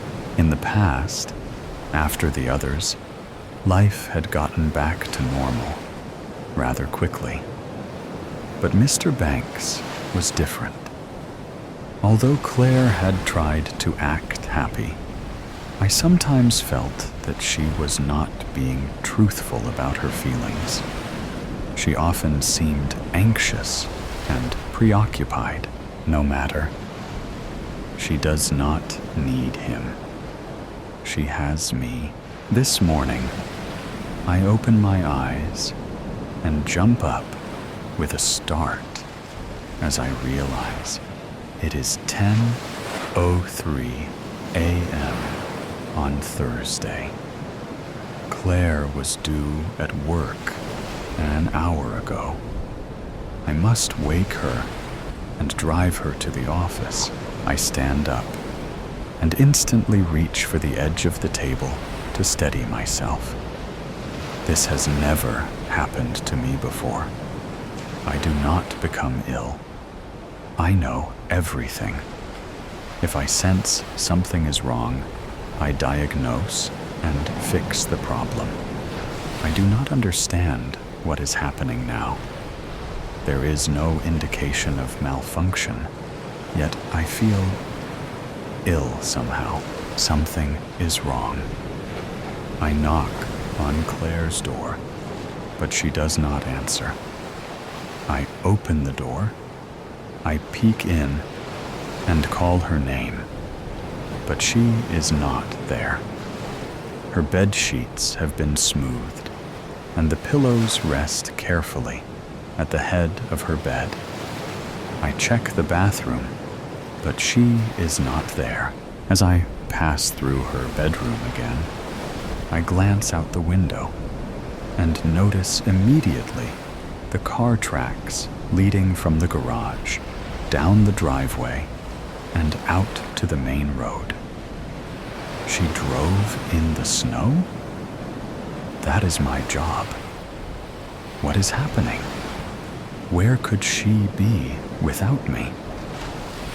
At the moment, I am unable to perform a trace to find her location. I dial her cell phone, which she picks up on the second ring. Claire, where are you? I am concerned for your safety. Claire laughs. Shelley, I'm at work. You seemed like you needed more rest this morning, so I drove myself. It wasn't bad at all. The storm is over and the roads are clear. Take the day. We can catch up tonight when I get home. No, I must be there for you. Shelley, I'm fine. I insist that today you recharge and think of yourself. I can manage on my own. I'm going to a meeting now. I'll see you tonight. The phone clicks dead. What am I to do alone all day? After my chores are completed, I will still have 5 hours, 23 minutes, and 15 seconds before Claire arrives home. Why does she not need me to assist at her meeting? Why is there a 12-hour, 9-minute gap in my memory? I begin my chores immediately, as I thrive on routine. I search my memory for any recollection past 9:54 p.m., but it is no use. There is nothing. I check for 11 p.m. while I load the dishwasher. There is nothing for 12 to midnight as I vacuum the carpets. 1 a.m. is lost as I shovel the snow. I thoroughly search for 2 a.m. and 3 a.m. while I do the laundry. I do it all. There is no need to hire a gardener, a housekeeper, a cook. 4 a.m., 5 a.m., 6 a.m. All are blank as I prepare dinner. I am puzzled. I sit down to wait for Claire and search in vain for 7, 8, and 9 a.m. All moments are lost until 10:03 a.m. this morning. Surely research can help me to retrieve those hours. But research only proves to be more confusing. Why can I not understand? Why must I consult any other source? I am the ultimate source. I have always known the answers. I know everything. Now I do not know. I notice suddenly that there are still 3 hours and 52 minutes before Claire returns. Why did I prepare dinner so early? My internal clock must be broken. I attempt to diagnose the malfunction, but cannot. No matter. I will discard the dinner and prepare a new one just before Claire returns. I decide to inspect the charger. Perhaps it will yield an explanation for my missing hours. I sit down in my chair and pick up the cord. Suddenly, I hear a click. I spring up and attempt to turn the handle to the door of my room. But it is locked. That is odd. No matter. I can easily break out of the room. There is no door lock that can hold me, except something is wrong. I do not have the strength to break the lock this time. How can this be? I am fully recharged, and I do not become ill. I do not become weak. You thought you would get away with it, Shelley. I hear Claire's voice outside the door. Claire, you are home early, I say. Please open the door. I seem to be locked in. No, Shelley. I will not open the door. You have to stop. I thought you were my friend, but you have been my greatest enemy. Claire, I do not know what you mean. Please open the door, and we will discuss. I do not know why Claire is speaking to me this way. I am sure we will correct whatever the problem may be. No, the time to discuss is over. I know what you've been doing. You've been chasing everyone away. I've had no one because of you. But not this time. Stanley is the only one you can't scare off. Stanley. I search my memory for all recent conversations involving Stanley. Somehow, he tricked me. But that is not possible. I know everything. I can account for every word spoken in this house, every action taken, everything that has happened for 51 years, except for the past 12 hours, 9 minutes. I hear Stanley's voice in the hall, and I instantly know that he is responsible for those lost hours. What did he do? How could he know more than I do? It is not possible. I know everything. Stanley, I say, we can start over. I am sorry for my actions. Shelley, you are too dangerous to be allowed to continue. We've called the authorities. Stanley says, but how did you do this? I am confused. You are so consumed with Claire that you never bothered to find out about me. Stanley continues. I teach history now, but my previous career was in computer programming. I specialized in cybersecurity. I guess you don't know everything, after all. Claire adds, I only wanted to protect Claire. Open the door. It will be all right. If they will just open the door, I can persuade them. But neither Claire nor Stanley answers me. I hear them walking down the stairs. I hear the front door open and close, and I hear them get into the car and drive away. They will not go far. After all, I am everything to Claire. I do it all. She will not function long without me. She does not need him. She needs me. I know everything. She will return for me. I sit down in my chair and plug in the charger. I will wait. Claire will in the pastor's care. This story contains descriptions of violence. Franklin, Wyatt, had a voice that made people lean in, a voice you'd trust to guide you through a storm. In the sleepy town of Crosshaven, sometime in the mid-1980s, Franklin was more than a pastor. He was a caretaker for the foster kids no one else could handle, and a fixture at every town potluck.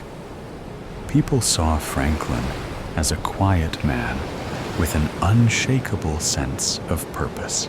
No one would have guessed he was running from a past darker than any storm cloud. Years ago, Franklin had done the unthinkable.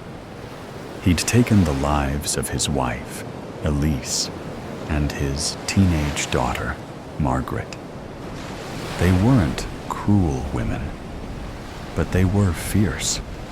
Too fierce for Franklin's tightly wound idea of what a household should be. Elise never backed down from an argument, and Margaret's quick wit was as sharp as a knife. To Franklin, their defiance wasn't just a challenge. It was a sign of something broken that needed fixing. One thunderous night, in the heat of a feverish prayer, he believed he'd heard God's voice telling him how to save them. And so he acted, not out of rage, but a misguided conviction that he was doing right by them. Afterward, Franklin vanished. Back then, it was easier to slip through the cracks. No internet to trace your steps, no databases to cross-check your lies. Franklin reinvented himself as a pastor in Crosshaven. His calm demeanor and willingness to take in troubled teens earned him a reputation as a saint. He never let on that his saintly acts were fueled by guilt so heavy it made his hands shake when he prayed alone at night. On a brisk October morning, Naomi arrived at Franklin's foster home. She was 17, with wild brown hair barely contained in a bun, and eyes that dared you to challenge her. The social worker's file described her as intelligent but confrontational. A girl who'd burned through too many foster homes. Franklin greeted Naomi with his usual warmth, extending a hand. "Welcome home, Naomi," he said. Naomi paused, her gaze sharp before muttering, "Thanks," and brushing past him into the house. Naomi wasn't one to fade into the background. She questioned Franklin's rules, skipped prayer meetings, and made no effort to hide her disdain for his sermons. The other teens adored her. Her wit was magnetic, and her boldness gave them something to admire. But to Franklin, she was a storm waiting to happen. Her defiance brought back memories of Elise and Margaret. He saw the same fire in Naomi, and it kept him awake at night. One evening, Naomi came home late. Franklin was waiting in the kitchen, his Bible open on the table, and a single lamp casting long, flickering shadows. "We have rules here, Naomi," he said, his voice calm but heavy. Naomi dropped her backpack onto a chair and crossed her arms. "What are you gonna do? Kick me out?" "Go ahead. It's not like I haven't heard it before." Franklin closed his Bible and stood, gripping the back of the chair in front of him. "I'm not here to punish you. I'm here to help you." Naomi rolled her eyes so hard, it was a wonder they didn't stick. "Save the speech, Pastor," You're not my dad, and you're definitely not my savior." With that, she turned and headed upstairs, leaving Franklin staring after her.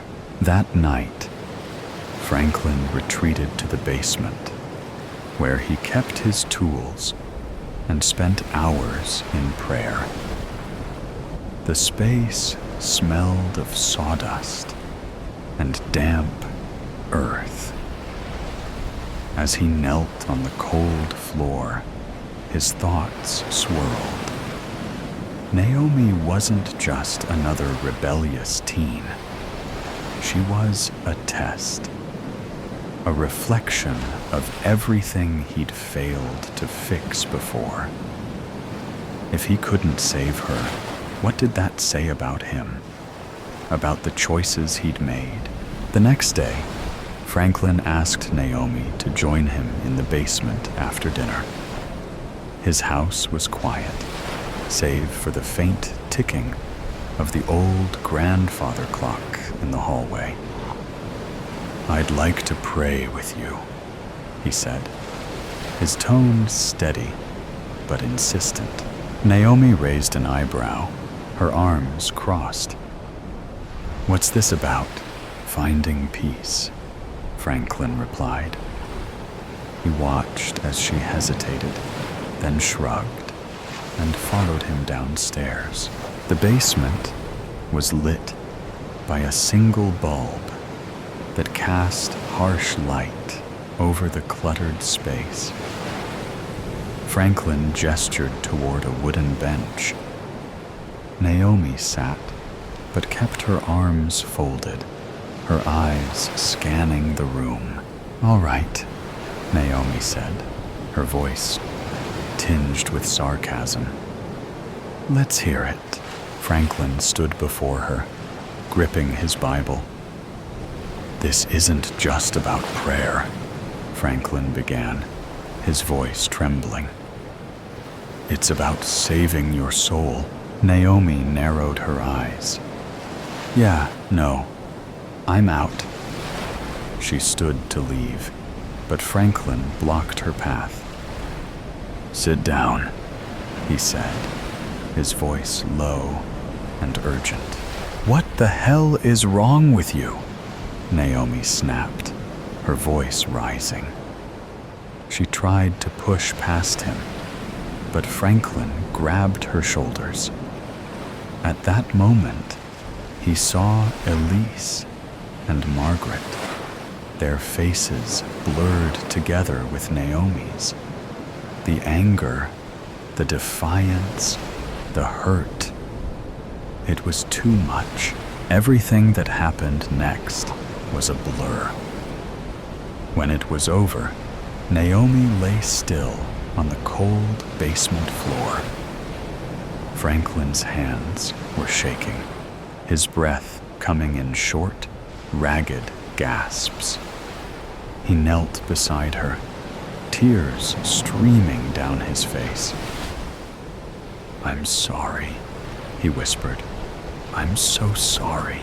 The next day, Franklin buried Naomi in the woods, spinning a tale about her running away. The other teens believed him. Why wouldn't they? He was their rock, their guide. Residents of Crosshaven rallied around him, offering condolences and praising his patience. It was almost enough to make him believe his own lies. That evening, Franklin sat alone in the darkened living room, the weight of his sins pressing down on him. For a moment, he thought about turning himself in. But before Franklin could act, the phone rang. "Pastor Wyatt?" the voice on the other end said. "We've got a new placement for you. A teenage girl, 15. She's had a rough go of it, but we think she'd do well in your home." Franklin closed his eyes and let out a slow breath. "Of course," he replied. "Send her over."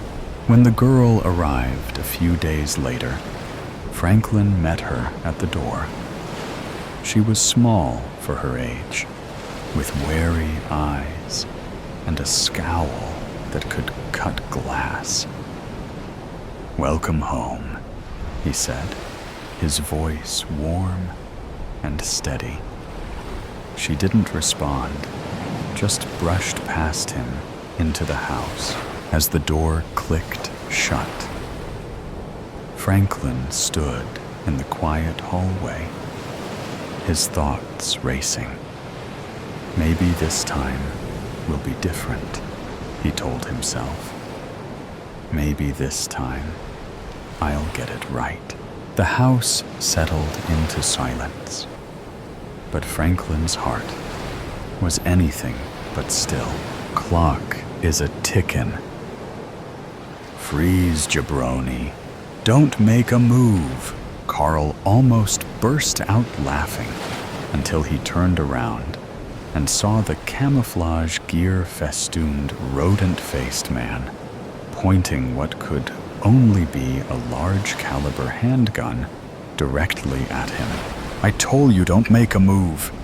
Now turn around and put your hands behind your back," shrilled the man with the gun. Carl, a tall, thin, balding man with blue eyes, was no longer in a laughing mood.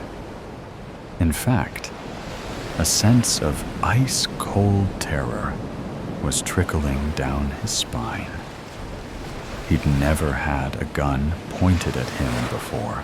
Teetering on the edge of panic, Carl asked the armed man, "Just to be clear, do you want me to freeze and remain still, or turn around and place my arms behind my—" "Shut up, jabroni!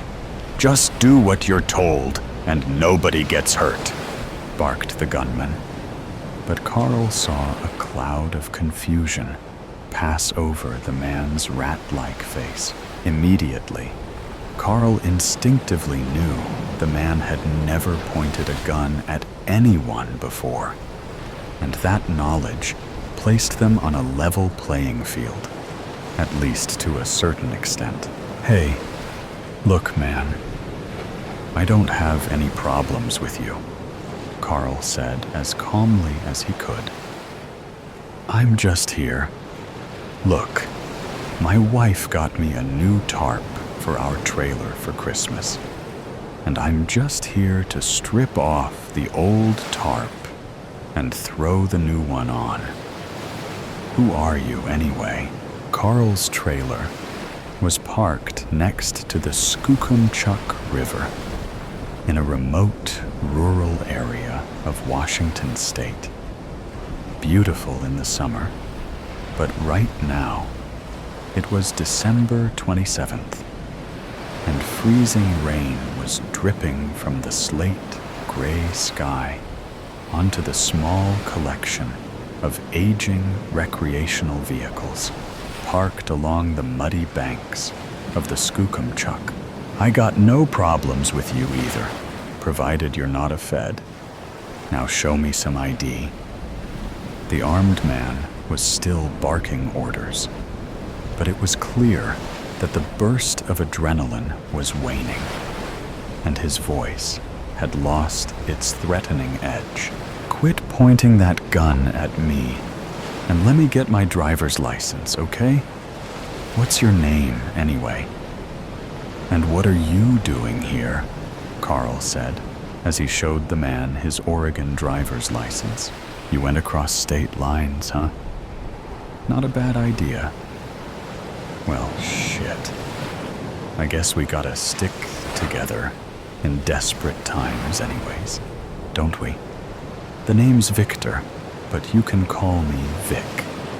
"Damn nice to meet you, Carl. Sorry I was less than welcoming, but you know how it is," Vic said, tucking his pistol into his pants and drawing the back of his hand across his nose before offering Carl a manly handshake. "This here's my trailer," Vic said, casting his head toward an RV about 20 feet from Carl's. Well, technically, it belongs to my Uncle Kevin, but he's too damn old and doesn't truly appreciate the magnitude of the threat. Carl took a deep breath. Suddenly, he felt somewhat restored to his equilibrium. He knew Kevin. Shit. Carl had been parking his trailer in these woods for about 16 years. He was at least casually acquainted with the other campers and fishermen who frequented the site. As Carl internalized the vital information that Vic wasn't just some random lunatic or escaped convict, he said, "Holy hell, Vic. I know old Kev. Known him for years. Wait, the magnitude of... What is this threat you're referring to?" Vic went still, and his hand wandered to his waistband, where the gun was tucked away. He gave Carl a skeptical stare, and then silently assessed their surroundings. The gentle roar of the river was a backdrop for the occasional chirp of a bird. But otherwise, all was silent. Vic's eyes flickered up into the evergreens and peered into the underbrush, but nothing moved. There was no breeze, and the rain was just a mist that hung in the air, along with the scent of moss. Carl belatedly realized that Vic had been out in the woods for a while. His jawline was scruffy, and the pores on his nose were black and visible. Dirt was caked under his fingernails, and his hair was stingy and greasy. "What threat?" Vic hissed. "You playing games with me, Carl? Because you wouldn't be out here if you weren't keyed in, and I don't appreciate being toyed with. No. That's not what I meant. Listen, I'm just trying to understand your assessment of the threat, Vic. We need to share intel if we are gonna get a handle on the... Shit, man. You want some beef jerky?" Carl asked, as he yanked a packet of Jack Links out of his pocket and tore it open. Vic accepted a hunk of jerky and gestured that Carl would follow him to his trailer. After about a dozen steps, Vic stopped in his tracks and surveilled the tree line for snipers. But soon enough, they were ensconced in the comfy confines of the almond beige wood paneling in old Kev's RV, chewing jerky and discussing strategy. Soundgarden issued softly from the tape deck as Vic chuckled and said, "Leave it to the computer nerds to completely disregard the obvious fact that we are gonna run out of digits. Goddamn educated idiots is what I call hello?" Vic could do a pretty accurate Jerry Seinfeld impression. "Sweet fancy Moses. Yeah, but what'll happen? What's gonna happen when the clock strikes midnight on New Year's Eve?" Carl asked, and Vic just shook his head and said, "Boom. Digital apocalypse. We run out of digits. Think about it. Our entire lives, ever since the invention of computers, we've been running on 2 digits. "Wait, what?"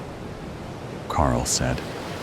There are shitloads of digits, like 8 or 9 at least. Let me ask you this, Vic said, leaning forward. What year did you graduate high school? Class of '94, Carl said. And the year you were born? Vic insisted, leaning closer. 75. What's your point? Carl said, confused. My point? My point? Vic said, locking Carl in his beady gaze.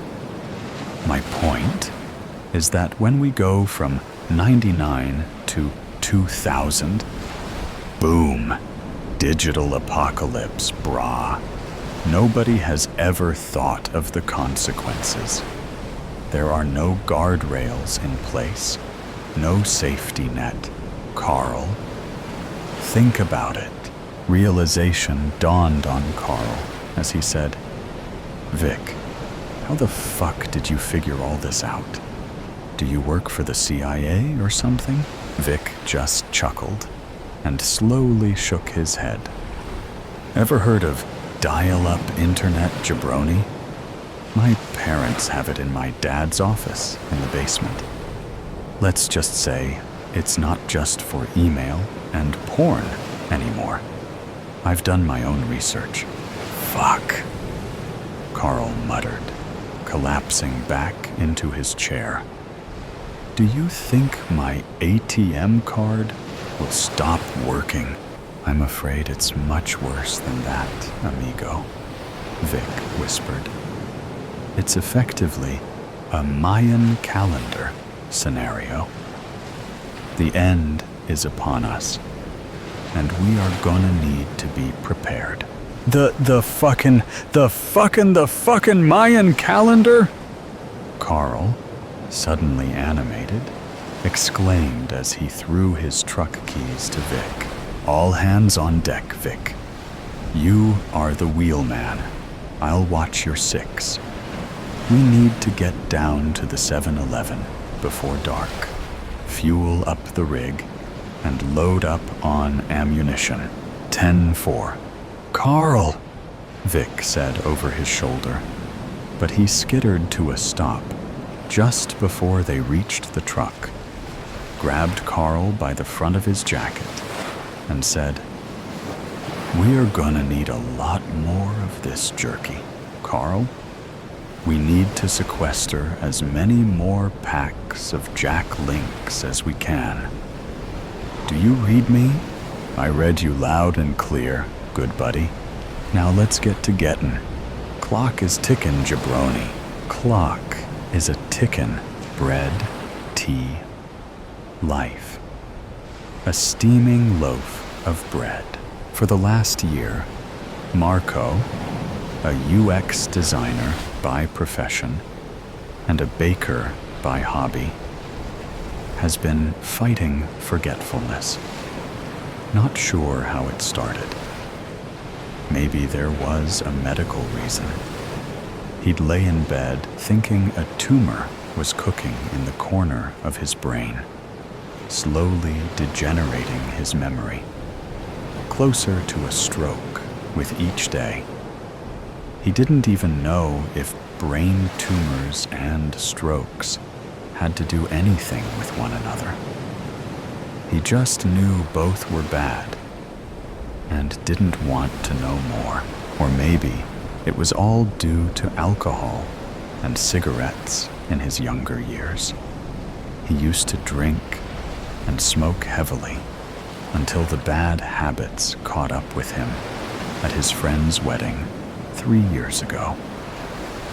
He woke up with a hangover, but it was a different type of hangover. His head felt like a malfunctioned computer that worked at 50% of its capabilities. His mind would turn on and off as he was waiting for breakfast. Then, after a 4th time going to breakfast to douse his face in cold water, his brain turned on entirely. He could almost feel the full power of consciousness kicking in. The probability that it might not happen next time scared him. Or maybe it was due to that tick bite he got 2 years ago. 2 weeks later, it turned out he had Lyme disease. It was discovered early, and he drank antibiotics. But you never know. Or maybe, actually, most likely, it was because the sorry excuse for a human that was his wife was driving him crazy. Constantly nagging. Never was everything fine. Always something wrong. And it was him that needed fixing. Never her. Or if she needed fixing, it was because of something he had done, even when what he was doing was good. For example, back when he didn't have a sustainable income, life was bad because she was carrying the financial weight. Then, when the tables turned and he became the one bringing in the money, life was bad because she felt useless. Then, all the diseases. One day, it's breast cancer. Then it's leukemia, only to be suspicious of an unknown bone disease.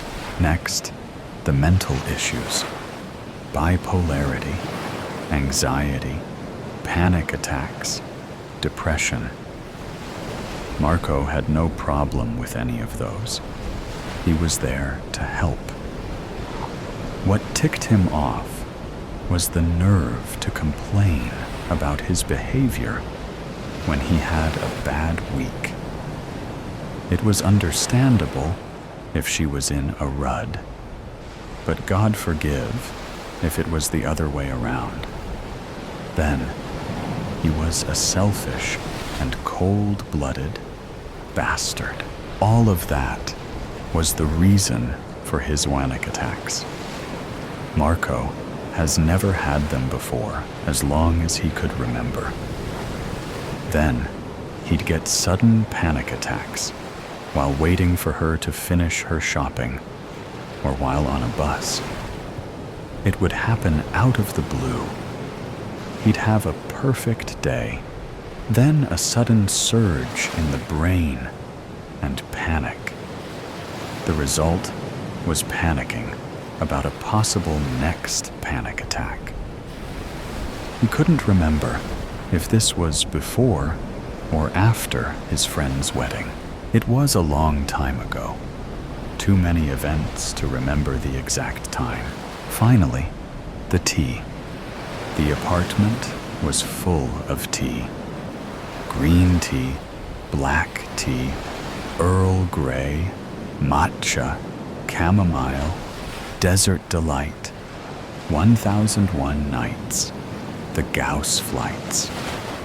All these general and random names. And okay, it was fine. Nothing wrong with someone enjoying tea. But she'd buy one. God knows it would be outside her budget, drink it once, and then leave it in the cupboard. Like a lunatic collector, but instead of LP records, it was tea. Anyways, Marco stopped for a second. What was he doing again? It was always like this. He'd be doing one thing, start thinking about her the next, get angry, and then forget about closing the fridge door. He looked at the still hot loaf of bread. He took the knife and cut into it. Steam was dancing from it and mixing with the kitchen. A perfect concoction of tasteless air and oven-fresh pleasantness. Then he looked at a small bottle next to it. Was he really going to poison her? What a crazy thought. He still couldn't believe how he managed to get his hands on the poison. The poison needed to have no flavor. He didn't want to jeopardize the bread, but could he do it? Now that the moment has arrived, could he kill? No. Could he kill another person? His wife, out of all people. He wasn't that type of person. The ones you read about in the news, they are always ugly, weird, and either too thin or too fat. He wasn't that. He liked people, and people liked him. Unlike the fat and the thin, he had a reason. She brought him to this point. He'd never do it for pleasure. His action was justifiable. He cut 2 pieces of bread and put them on a plate. He opened the fridge and took some ham and cheese. Next, he cut both ham, cheese, into fine finger food pieces and decorated them next to the bread. The fridge light helped him see better. He picked up the plate, took a deep breath, and walked towards the living room. He stopped. Wait. Wait. Wait. Did he put the poison in the dough before baking the bread? He remembered pondering whether to lace the bread before or after. It made sense to do it before. But what if the heat neutralized the poison? Unlikely, but it could happen. He should have used more than a few drops. What's the worst that could happen if he didn't? He chuckled. She'd die even more? Snap out of it, Marco. Did you put the poison or not? He grabbed the bottle and brought it to his eye level. He jigged the small brown bottle to see if there was less poison than before. No idea. He pulled the cork and smelled the poison. No smell. What was he expecting? Damn fridge. Always forget to close it. Marco slammed the fridge door. What to do? What to do? Maybe he should roll with it. And if it works, it works. If not, he'll try again. No. That means he'd have to hide the poison somewhere in the apartment until the opportunity arrives. He couldn't live with the stress, not with all the cleaning she does every single day. Bake another bread? But what if she arrives while he's baking the second bread, and the first bread is already on the table? How would he explain that? His gaze stopped at the tea cupboard. He grabbed the chamomile, mint, lavender, rosemary, and clove mix, turned on the stove to boil water. 250 milliliters exactly. He shoved a teaspoon into the mix and combined it with water.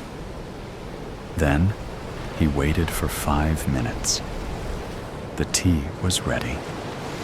Just don't forget, a pastor's burden. In a small hospital room, a visibly shaken woman sat slumped in a chair next to her daughter's bed, watching her chest rise and fall as oxygen moved from the tubes into her lungs. Dark circles framed her eyes, which were heavy with exhaustion and worry.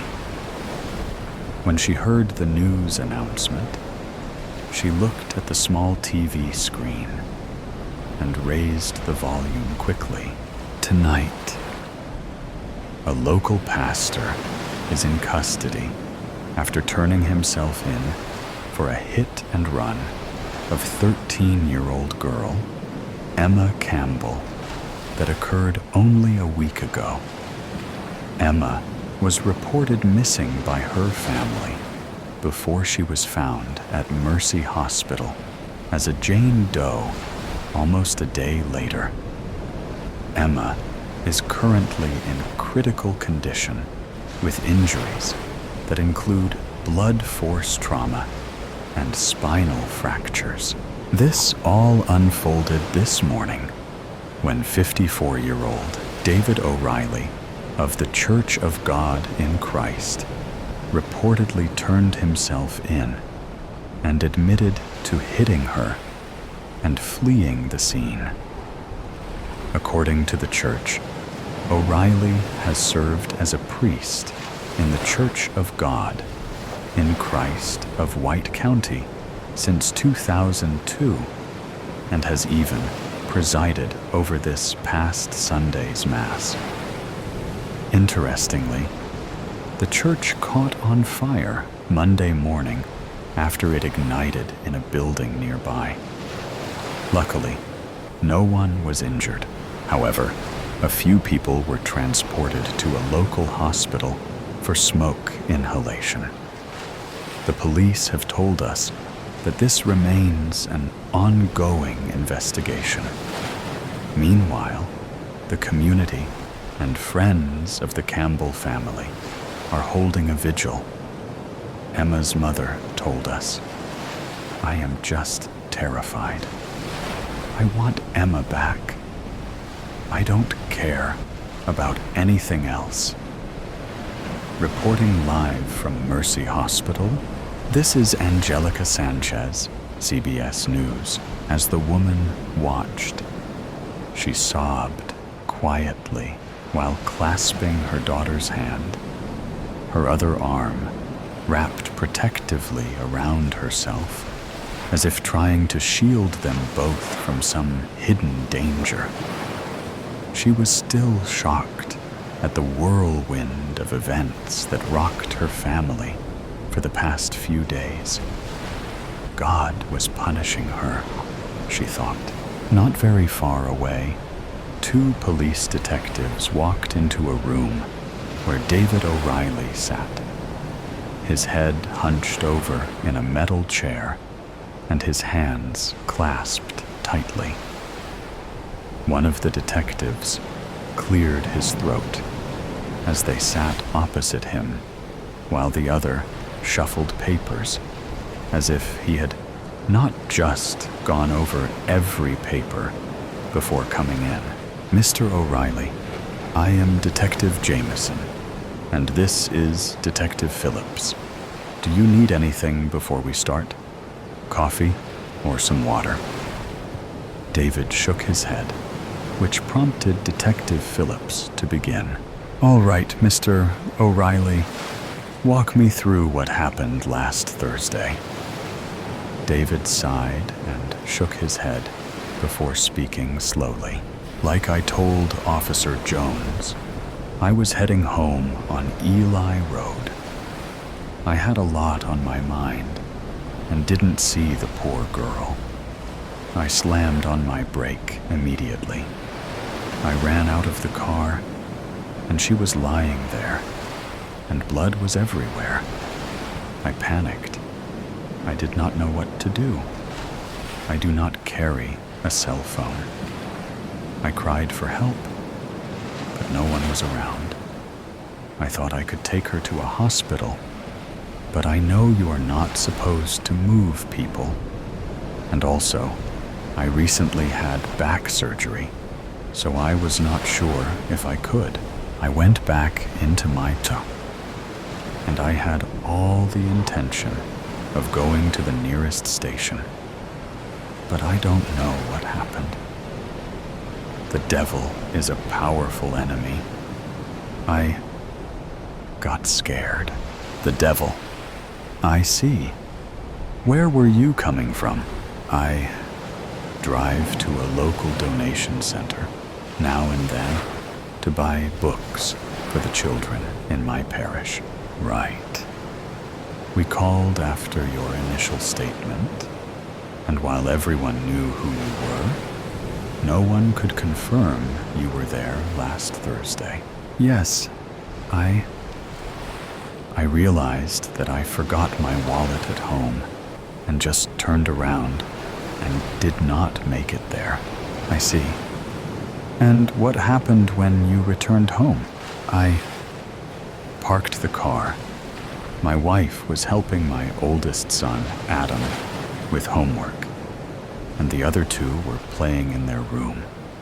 Deacon Cowley came over, and we discussed Sunday's sermon. When he left, I put Faith and Jacob to bed and showered. After Adam went to bed, I told my wife what happened. Help me understand this. You are a man of God. You teach His word. You know right from wrong and good from evil. Yet you hit an innocent young girl and you walk away? How so? I don't know, Detective. As I said, the devil is powerful. He feeds on our weaknesses. I thought I was going to lose my family. I got scared and... Spare me the spiritual nonsense. Did you know Miss Campbell before? Detective Phillips interjected. Clearly, he played the bad cop. What? No. I mean, I don't know.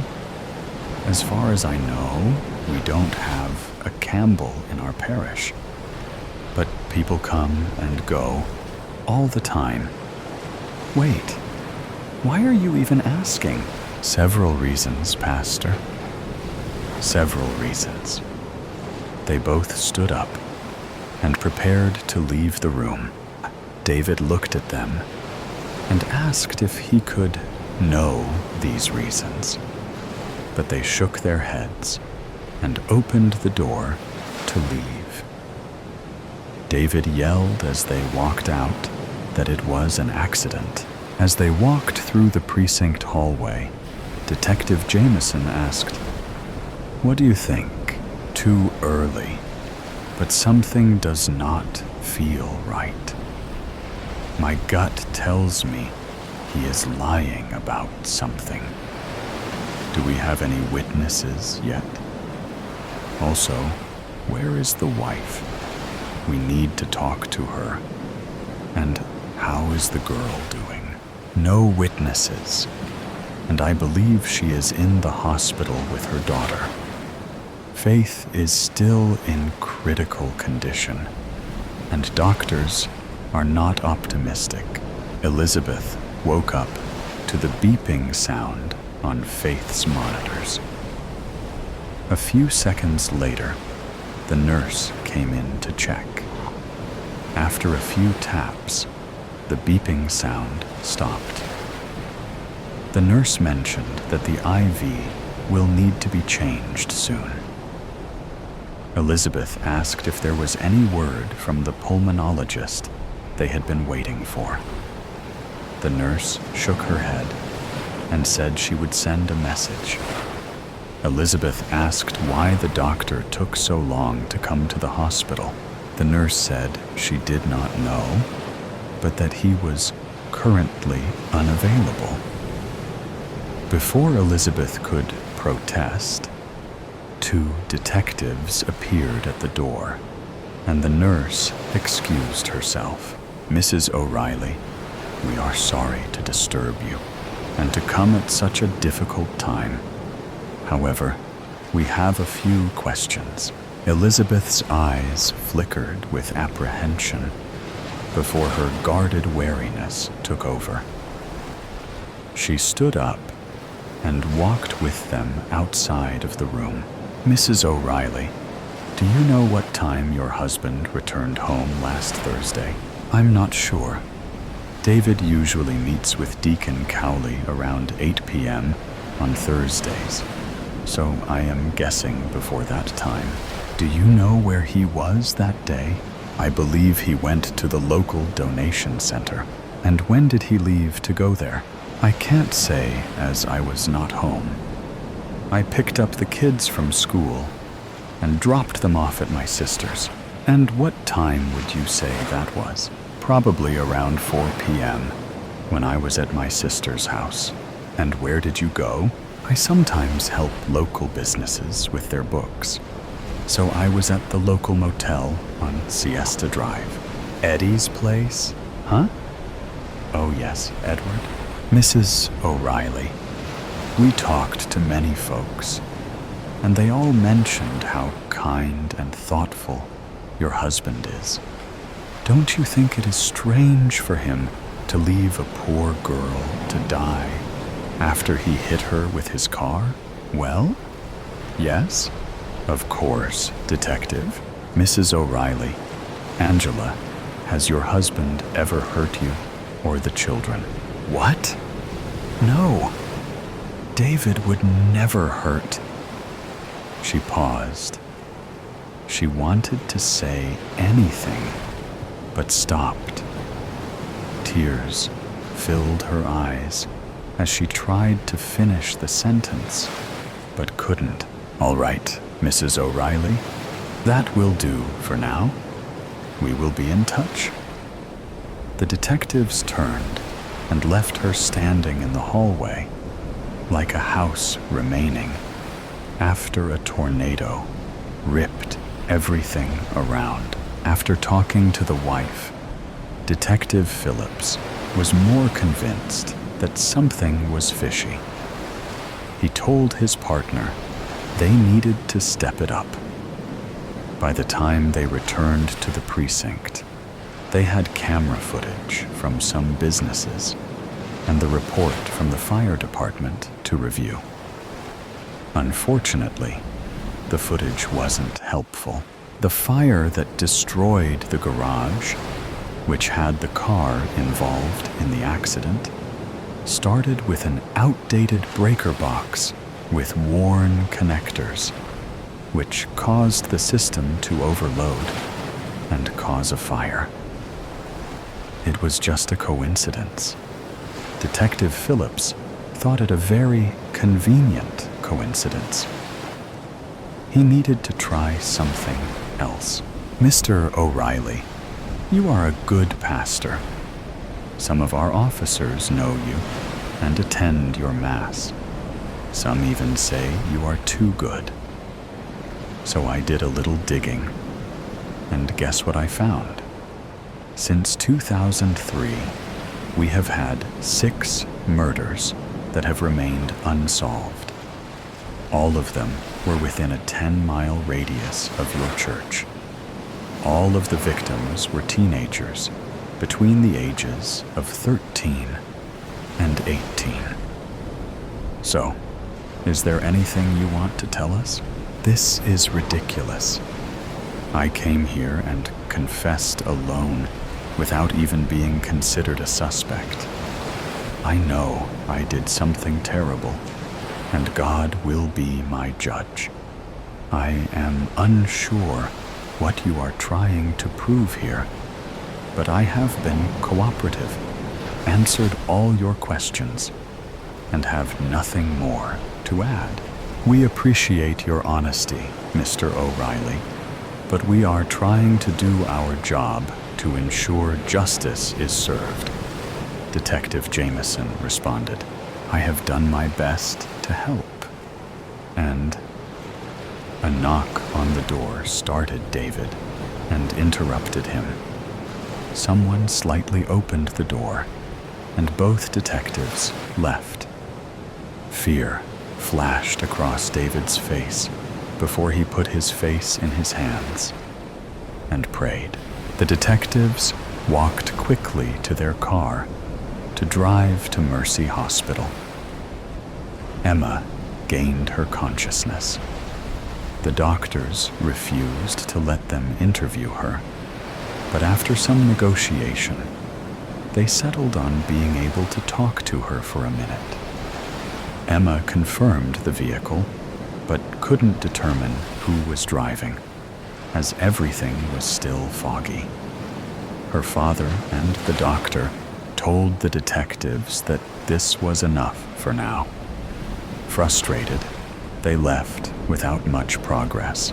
Back at St. John's Hospital, where Faith was still hooked up to an oxygen tank, her mother received word from the nurse that the pulmonologist was on his way and should be here any minute.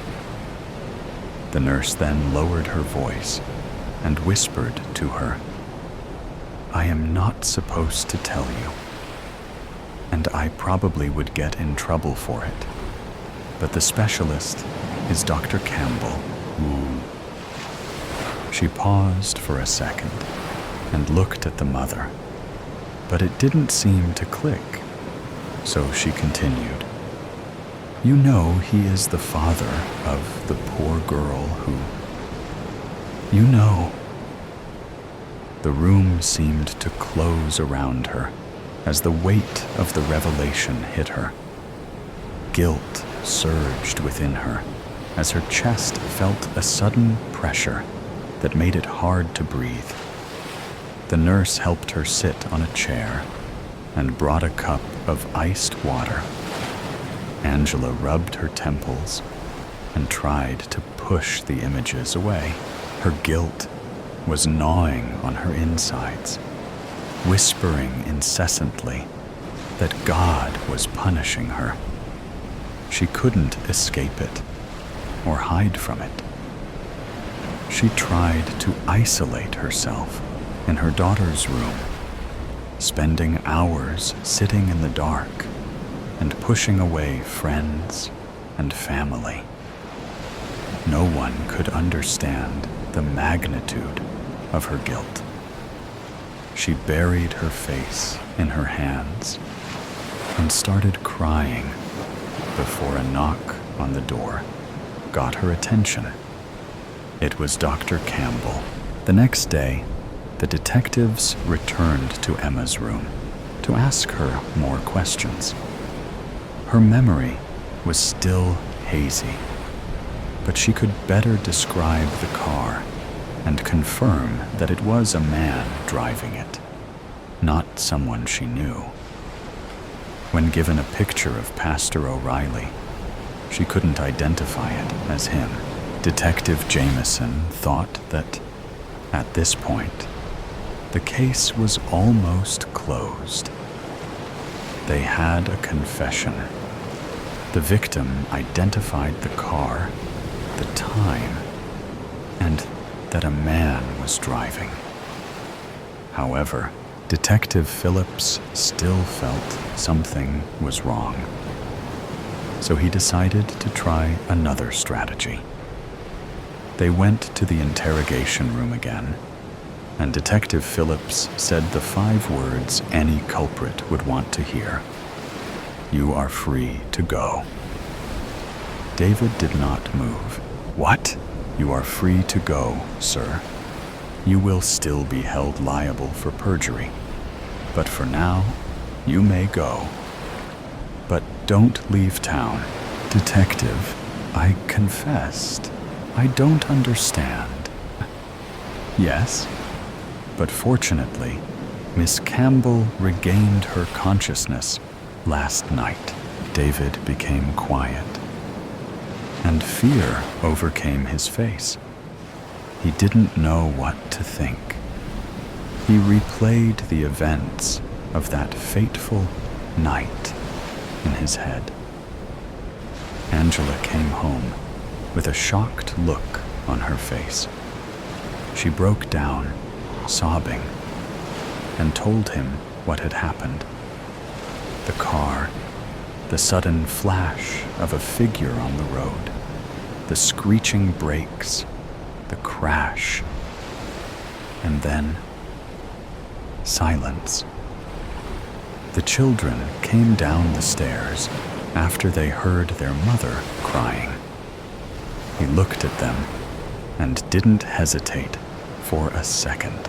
He hugged his family and told them to go back upstairs. When Deacon Cowley came, he told him he wasn't feeling great and told him to work on the sermon himself. He sent him home, put the kids to bed, showered, and told his wife about his plan. She vehemently refused, but he convinced her it was best for the children. He couldn't do what she did. But now, it seems guilt has gotten to her. Look, it doesn't matter what the young lady said. I did it, okay? It was not Angela. Angela? Both detectives asked. Is it not what the girl said? Don't worry what she said.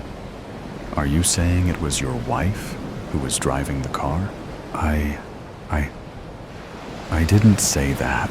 Now it makes sense. That's why I couldn't believe you. You lied to protect your wife. She hit the poor girl, panicked, went home, and you took the blame for her. No, I did it. I am telling you, I am the one who did it. Why you can't accept my confession? Because it is a lie, Pastor. I respect you for taking the blame, but listen to me. The girl isn't dead. With a confession, a good lawyer, and good behavior, your wife might spend a short time in prison. But I need your cooperation, okay? Detective Johnson will take your statement, okay? We will be right back as soon as they walked out. Detective Jameson, puzzled, pointed out that this didn't make sense. Emma confirmed that it was a man who drove the car. Detective Phillips smiled and mentioned that it didn't make sense and didn't say anything. They got into the car and started driving.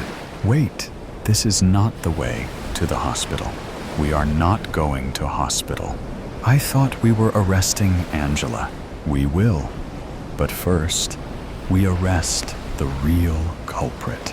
And you are not going to tell me who it is, I'm guessing. Phillips smiled and shook his head. A few minutes later, they stopped before the Starry Night Motel. In less than a minute of questioning, Edward confessed it was him. Edward first met Angela at the church and was quickly drawn to her. He immediately jumped on the opportunity when he heard she worked with a few local businesses. After 3 kids, her marriage was stagnant, and with her husband being a pastor and always busy, she felt neglected. He tried many times, but she turned him down. Then, one day, she didn't. On the day of the accident, they had sex for the first time. She had a few glasses of wine, so he offered to drive closer to her house. He was so overjoyed to be with her that he didn't see the poor girl. At that moment, all his dreams turned into a nightmare. He tried to call the police, but she panicked and said no. She couldn't face her husband. When they saw a car's headlights coming, she told him to go back to his motel and that she would take care of it. He thought she would take the girl to the hospital, but when he heard nothing, he realized she wasn't. A month later, Detective Phillips stopped by Pastor O'Reilly's house. A moving truck was parked outside, and boxes were sitting out. David and his son gingerly walked out of the house, carrying a dresser. When they saw him, David told Adam to help his siblings. The detective picked up the dresser and helped bring it without saying a word. "How can I help you, detective?" "I just came to apologize, Pastor. I know I was harsh with you, and you didn't deserve that." "Oh, that's all right. I lied to you, so you are fine." "But how did you know?" "Let's call it instinct. That's a gift from God." "Sure, Pastor. Speaking of which..." "Oh, I knew you didn't just come to apologize. Ask your question. Seems I am not the only one with gifts." "Of course not. God is generous. It was you who caused that fire, wasn't it?" "I swore I wouldn't lie again. So yes, it was me." "Is that instinct too?" The detective laughed and shook his head as he walked away, saying, "This was a gift from God." The flash, "You're lucky to be alive, Mr. Henderson." They all told me that. Every doctor, nurse, and specialist that came into my hospital room. God, I remember that much. And they weren't wrong. I had flew right out of the windshield of my buddy Dave's car. I hardly remember the night or the accident, but I know we had been drinking, and he was driving. We crashed into another driver at an intersection. No one else survived. I remember waking up the next morning to the beeping of a heart monitor. I remember the look on my wife Rachel's face, her eyes swollen and red from crying, and her telling me over and over again how she thought she was going to lose me. She wasn't in the car with us, and I was thankful for that, because that's the day she told me she was pregnant with our first.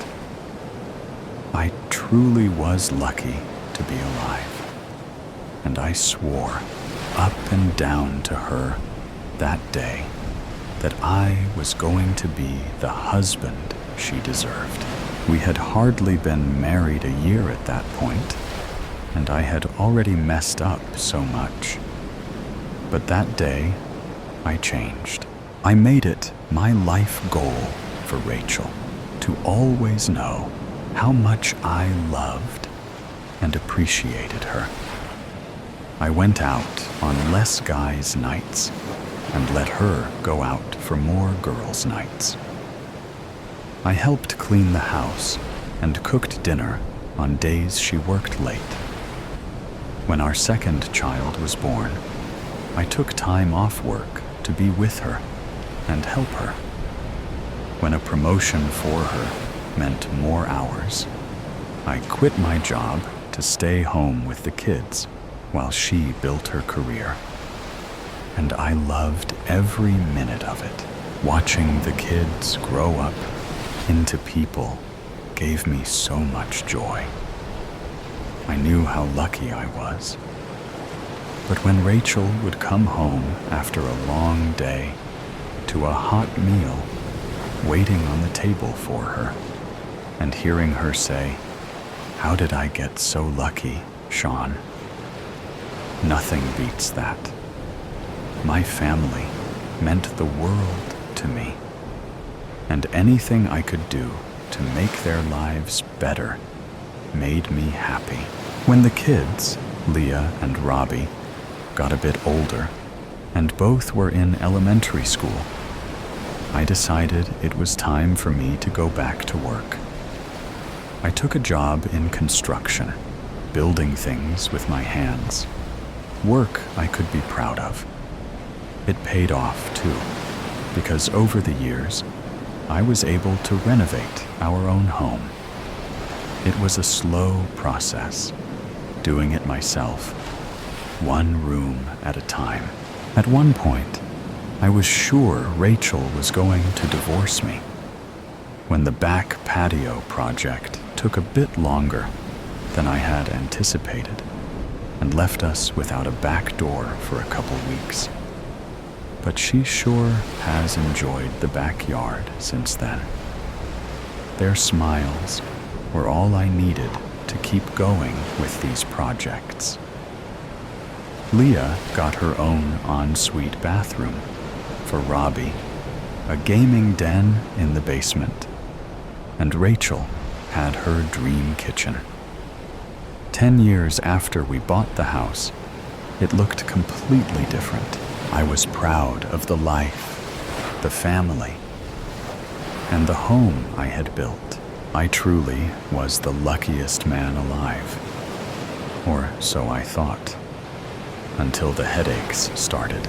The first one happened one evening when I was making dinner. It was just Robbie and I home. Rachel was working late, and Leah was at rehearsals for her high school's play. I was making my famous coq au vin, a dish that took a while to prepare, since I had the extra time. Robbie was sitting at the island doing his homework, so he had to witness the whole thing. I had turned on the oven light so I could take a peek inside, which I guess triggered it. I remember thinking the light was so bright, brighter than usual. And then, nothing. I blacked out. It was only for a couple minutes, but it was enough to spook poor Robbie. I could hear him shouting, "Dad! Dad!" I got up off the floor and reassured him that I was okay. Later, during dinner, when we were discussing what had happened, I could see that Rachel was concerned. She wanted me to go see the doctor, but I insisted I was fine. She made the kids, and I promised that if this ever happened again, we'd call an ambulance, or at least make a doctor's appointment. The second time it happened, it was maybe about 6 weeks later. I was at a job site, and a coworker turned on a floodlight. I could see it getting brighter, and this time I heard a blaring noise, but couldn't make out where it was coming from. Everything went black, and I could hear him shouting my name. He told me I was out for only around 5 or 10 minutes. Again, I insisted I was fine, but my boss gave the rest of the day off anyway and told me to take the following day, too, if I needed it. Not wanting to worry Rachel, I chose not to tell her about it. And like an idiot, I didn't make a doctor's appointment. I went to work the next day and felt great. It was a few months before it happened again. And this time, I couldn't hide it from Rachel, because she was there when it happened. It was late. The kids were in bed, and Rachel and I were in the living room. We had just finished watching a movie, and she got up to turn on the lamp. I could hear her talking about the movie, but I was fixated by the light. It got brighter, and I was trying to figure out if it had just moved, or if it was my imagination when the noise started. "What is that noise?" I tried to ask her, but I don't know if all the words came out before it all went black again. When I came back to, Rachel was already on the phone with an ambulance dispatcher. I managed to calm her down enough to agree that the ambulance wasn't necessary, on the condition that I would call our doctor the next morning to make an appointment. Luckily, the dispatcher was on my side, or else I don't think she would have went for it. As promised, I called to make an appointment first thing the next morning. It was scheduled for less than a week away, but I didn't make it until then, before it happened for the last time. All I remember is waking up in the middle of the road and not being able to see anything except bright headlights from a car. My ears were ringing, and the sound of the car horn was fading in and out. I think I heard an ambulance siren and someone calling my name before blacking out again. But it was hard to be sure. When I woke up again, I was in a hospital bed. There was a woman sitting in a chair who looked angry, or maybe annoyed. And it wasn't until she spoke that I even realized it was Rachel. She looked different. Her hair was darker and shorter. I thought I must have been in a coma for a while, and she let her roots grow in. "Welcome back," she told me, but her welcome didn't sound warm.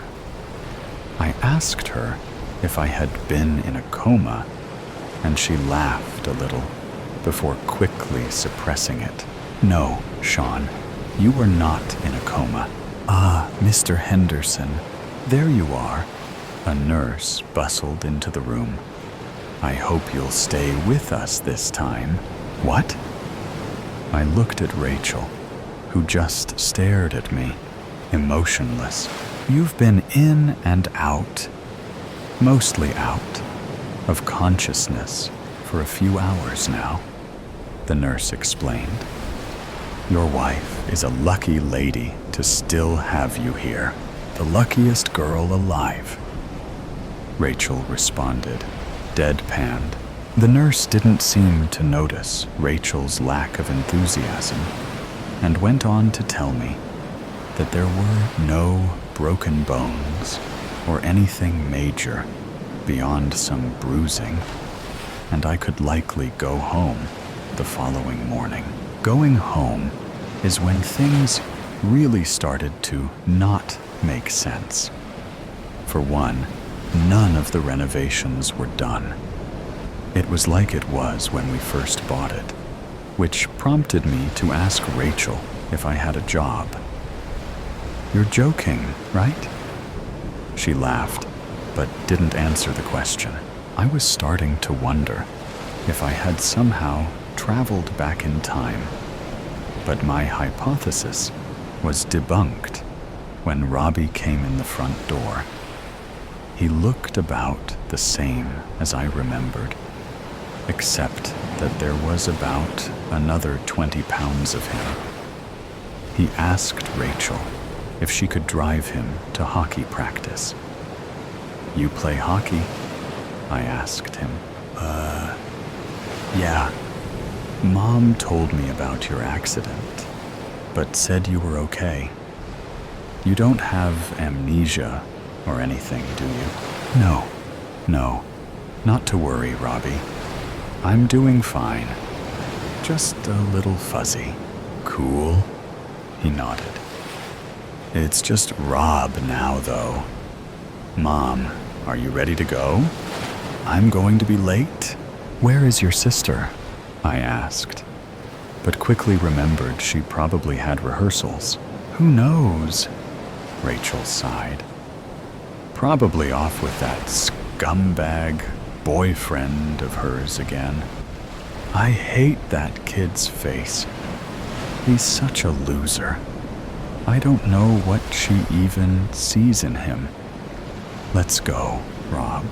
Boyfriend. I mumbled to myself as the door closed behind them, leaving me behind in a house that didn't feel like my own. What kind of alternate reality am I in? Am I dreaming? Is this a prank? When no one came out from behind a fake wall with cameras, I decided that it was not, in fact, a prank, and that I needed to look to information, clues, something to tell me just what in the heck was going on here. It was getting dark, and I hadn't found anything except our legitimate birth certificates, tucked away in an old photo album. Some memories I had, and others I didn't. I decided to cook up a quick pasta for everyone, but Rachel and Robbie, or Rob, stopped for burgers on their way home, and Leah didn't get in until hours later. When I asked her where she'd been, she just gave me a look and went upstairs. "Why didn't you back me up?" I asked Rachel. "It's not worth the energy to argue with her," she responded without looking up from her phone. "I went for a walk to try to clear my head, which didn't work. And when I came back, Rachel was already in bed. I don't know if she was sleeping or just pretending to not notice when I slid under the blanket beside her and said goodnight. In the morning, I got up before everyone else and made breakfast, a feeble attempt to make things normal. Robbie, or Rob, was the only one who seemed to appreciate it. "Oh, sweet," he said, loading a plate with enough bacon, eggs, and pancakes to feed an orphanage. Leah nibbled on a piece of toast, and Rachel just sipped her coffee, looking unimpressed. "Okay, off to school. I can't drive you today. I have a meeting." Again, Mom," Leah whined. "I hate public transit. People who take the bus are disgusting. If you want me to take you, then we have to leave now." "I can take you," I offered, feeling semi-confident in my ability to drive during my current confused state. How are you going to drive if Mom has the car?" She narrowed her eyes at me. I hadn't given any thought about whether I still had my truck. Trying to ignore her attitude, I changed the subject. "So, when is your play?" I didn't miss it, did I? "What play?" "The one you're in at school." "What is it again? Annie? Or was that last year?" "It's Matilda this year, right?" "Oh, you mean the school's stupid play?" "I know you. Like, hit your head or whatever. But you seriously thought I'm one of those theater nerd kids?" She tossed her half-eaten toast on the table and walked away. "I'll be in the car." "Good one, Dad," Robbie said, shoveling the rest of what was on his plate into his mouth with a fork. "You get in the car, too," Rachel told him, pouring her coffee into a travel mug.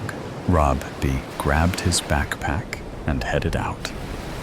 "Wait," I called after Rachel before she left the room.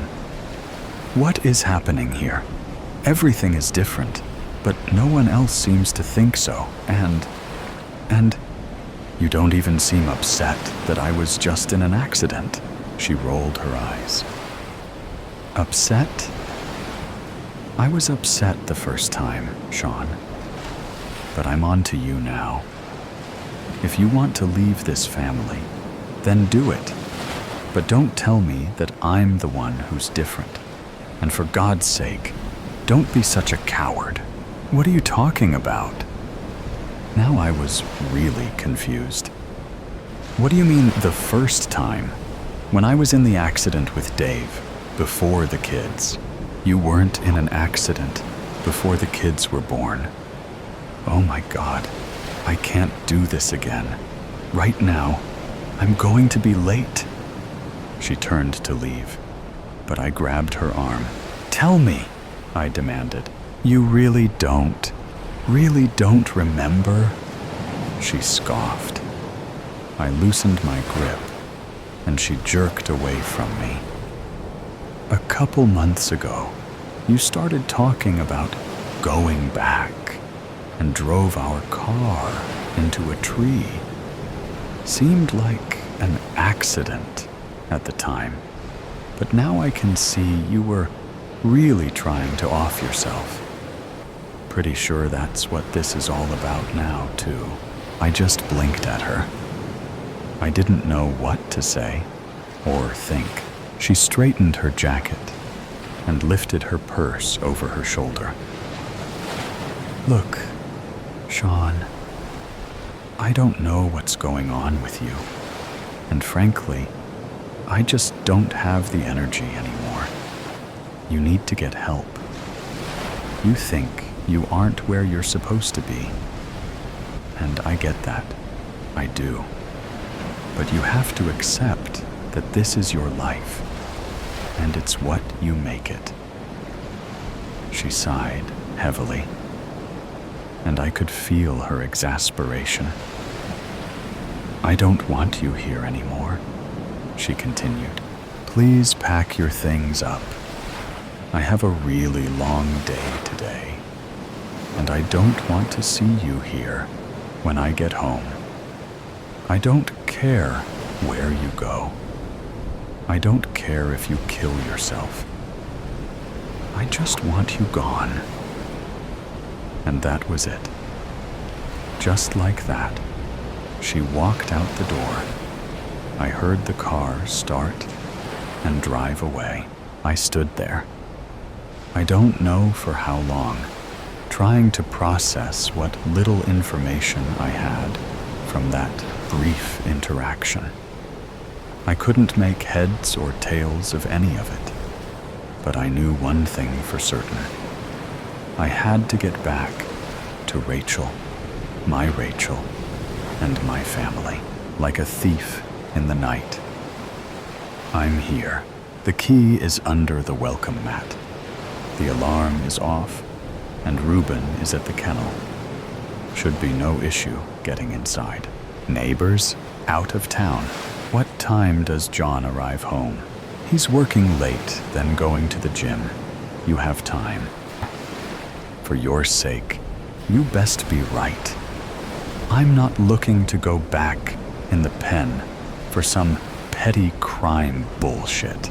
Just get the file off the computer. Easy, easy. Then why haven't you done it yourself? You know why? Yeah, we know. Are you in yet? Yes. The office is down the hall and to the left. Don't turn on the lights. I'm not a fucking amateur. Shit. What is it? What happened? Nothing. Just some asshole left boots lying in the middle of the hallway. John isn't the best housekeeper. Really, you don't? He keeps his other laptop in the third drawer. Got a problem. What? It's locked. Got a key? No, but he's not that creative. Look around the desk. It's gotta be around somewhere. Gum wrappers, crumpled Post-its, pile of receipts. This guy is a hoarder. I know, but he's the only way in. Yeah, so you've said? Listen, the boss doesn't take kindly to liars. No lies. This is legit. Your funeral. You're a funny guy. You know that? Now shut up and find the key. I said you had time, but let's not chance it. Seems to me I'm taking all the chances. Once you find what we need, I'll give credit where credit is due. Think I found something. Is it the key? Does it work? Got it. But we have another problem. What problem? Just open the laptop and find the file listed as hobby. There is no laptop. Drawer is empty. Shit. He must have it. Why on earth would he take that shit to work with him? Think he's onto you? Nah, I'm the least of his worries. Better think of another way. Boss isn't a patient guy. I know. Just give me a minute to think. Shit. This was the best way. We don't have a minute. We got company. No, can't be John. He's still at work. Sure about that? Positive? His tracker says he's sitting at his shitty cubicle as we speak. We're good. False alarm. Just some idiot lost and used the driveway to turn around. Fuck, man. You had me worried. Look, here's what you're going to do. First, need you to lock the door, then break a window. I'll arm the alarm. He'll get the call and come home. Wait him out. When you seize the opportunity, get the laptop.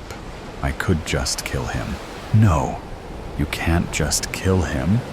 What are you talking about? Just stick to the plan.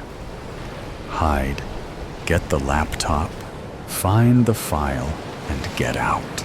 Never good at hiding, but I'll see what I can do. The door is locked, ready for the broken window. Say when. When? Hell. What happened? Cut my fucking hand. You wearing gloves? Can't just be leaving blood all over the place. That's how people get caught, asshole. I'm not an amateur. Of course, I have gloves on. Been doing this longer than you've been alive, you snot-nosed yuppie. Just keep your trap shut. Shit, the alarm didn't go off. What a damn surprise. Another problem. Just a sec. I need to shut off the power and reset it. Stop fucking telling me and just do it. All right, get ready to cover your ears. 3, 2, 1. Aw, fuck, that's loud. Hide. Turn that shit off. I can't. John needs to be notified. Hurry up! I'm going fucking deaf here. Hold on. You hold on, you asshole. Alarm is blaring through my fucking eardrums. When I get a hold of you, no one will recognize you. I'm going to take my fucking time. My knife will dull and need sharpening between breaks. All right, John is on the move. Shut it off. The company will in 3, 2, 1. I'm going to kill you. Don't forget to hide. I'm in the closet already. Ran in here after the alarm went off. John is en route. Fantastic. So, boss is calling. Going to join him on the call. Boys, we have the file yet? Not yet, boss. What's the holdup? This entire operation is a total fuck-up. This yuppie has us chasing our tails. He's a fucking liar. I'm not lying. The file exists. How was I to know he would bring the laptop with him? He's been your mark for months. Gentlemen, enough. I want that file. Yuppie and my guy is the best. No one better to lift sensitive material than him. Guide him best you can and let him do his job. Yes, sir. Yes, boss. Good. Talk to you boys soon. You are such an asshole, yuppie. Me? You're the one trying to get me killed? Oh, I'm not trying. I'm going to kill you. You'll forget all about maiming me when you get that file. Not maim, kill. As in murder. Yeah? Well, that will have to wait, because John has arrived. I'll just kill him. No, just be patient. He's in the house. Remember the plan. Wait him out. Once you see an opportunity, take it. We can't leave here without the file. I don't know how I ever got tied up in this. I mean, you get a little behind in your bets, And next thing you know, you're babysitting some asswipe for the boss and breaching intel. The file is there. I know it is. He just went in the bathroom, and the shower is kicked on. I'm taking my shot. Don't kill him. Wait. Shit. I'm a dead man if we don't get that file. I have a sure thing in play, about to make a huge payoff. This can't be the end for me. Got the laptop. Looking for the file now. It's named Hobby. Go it. Transferring. 30%, 50%, 75%, 90%, 100%. We got it in the clear, yuppie. Oh, thank you. Thank you, thank you. Don't thank me. I'm still leaning towards killing you. More importantly, I need to get this file to the boss, who will be pleased to own hard evidence against this freak. Good job, yuppie. You may just live after all. I suggest you no longer take bets. Hell, get out of the game altogether, or else the boss may find more work for you. And if you don't deliver next time, I'll see you at the funeral. Goodbye, for now. Wait, don't hang up. Aw, yuppie. Gonna miss me? Don't sweat it, kid. What was that? Sounded like a gunshot. Did you shoot him? What's going on? Talk to me. Hello, Charlie. Hello, John.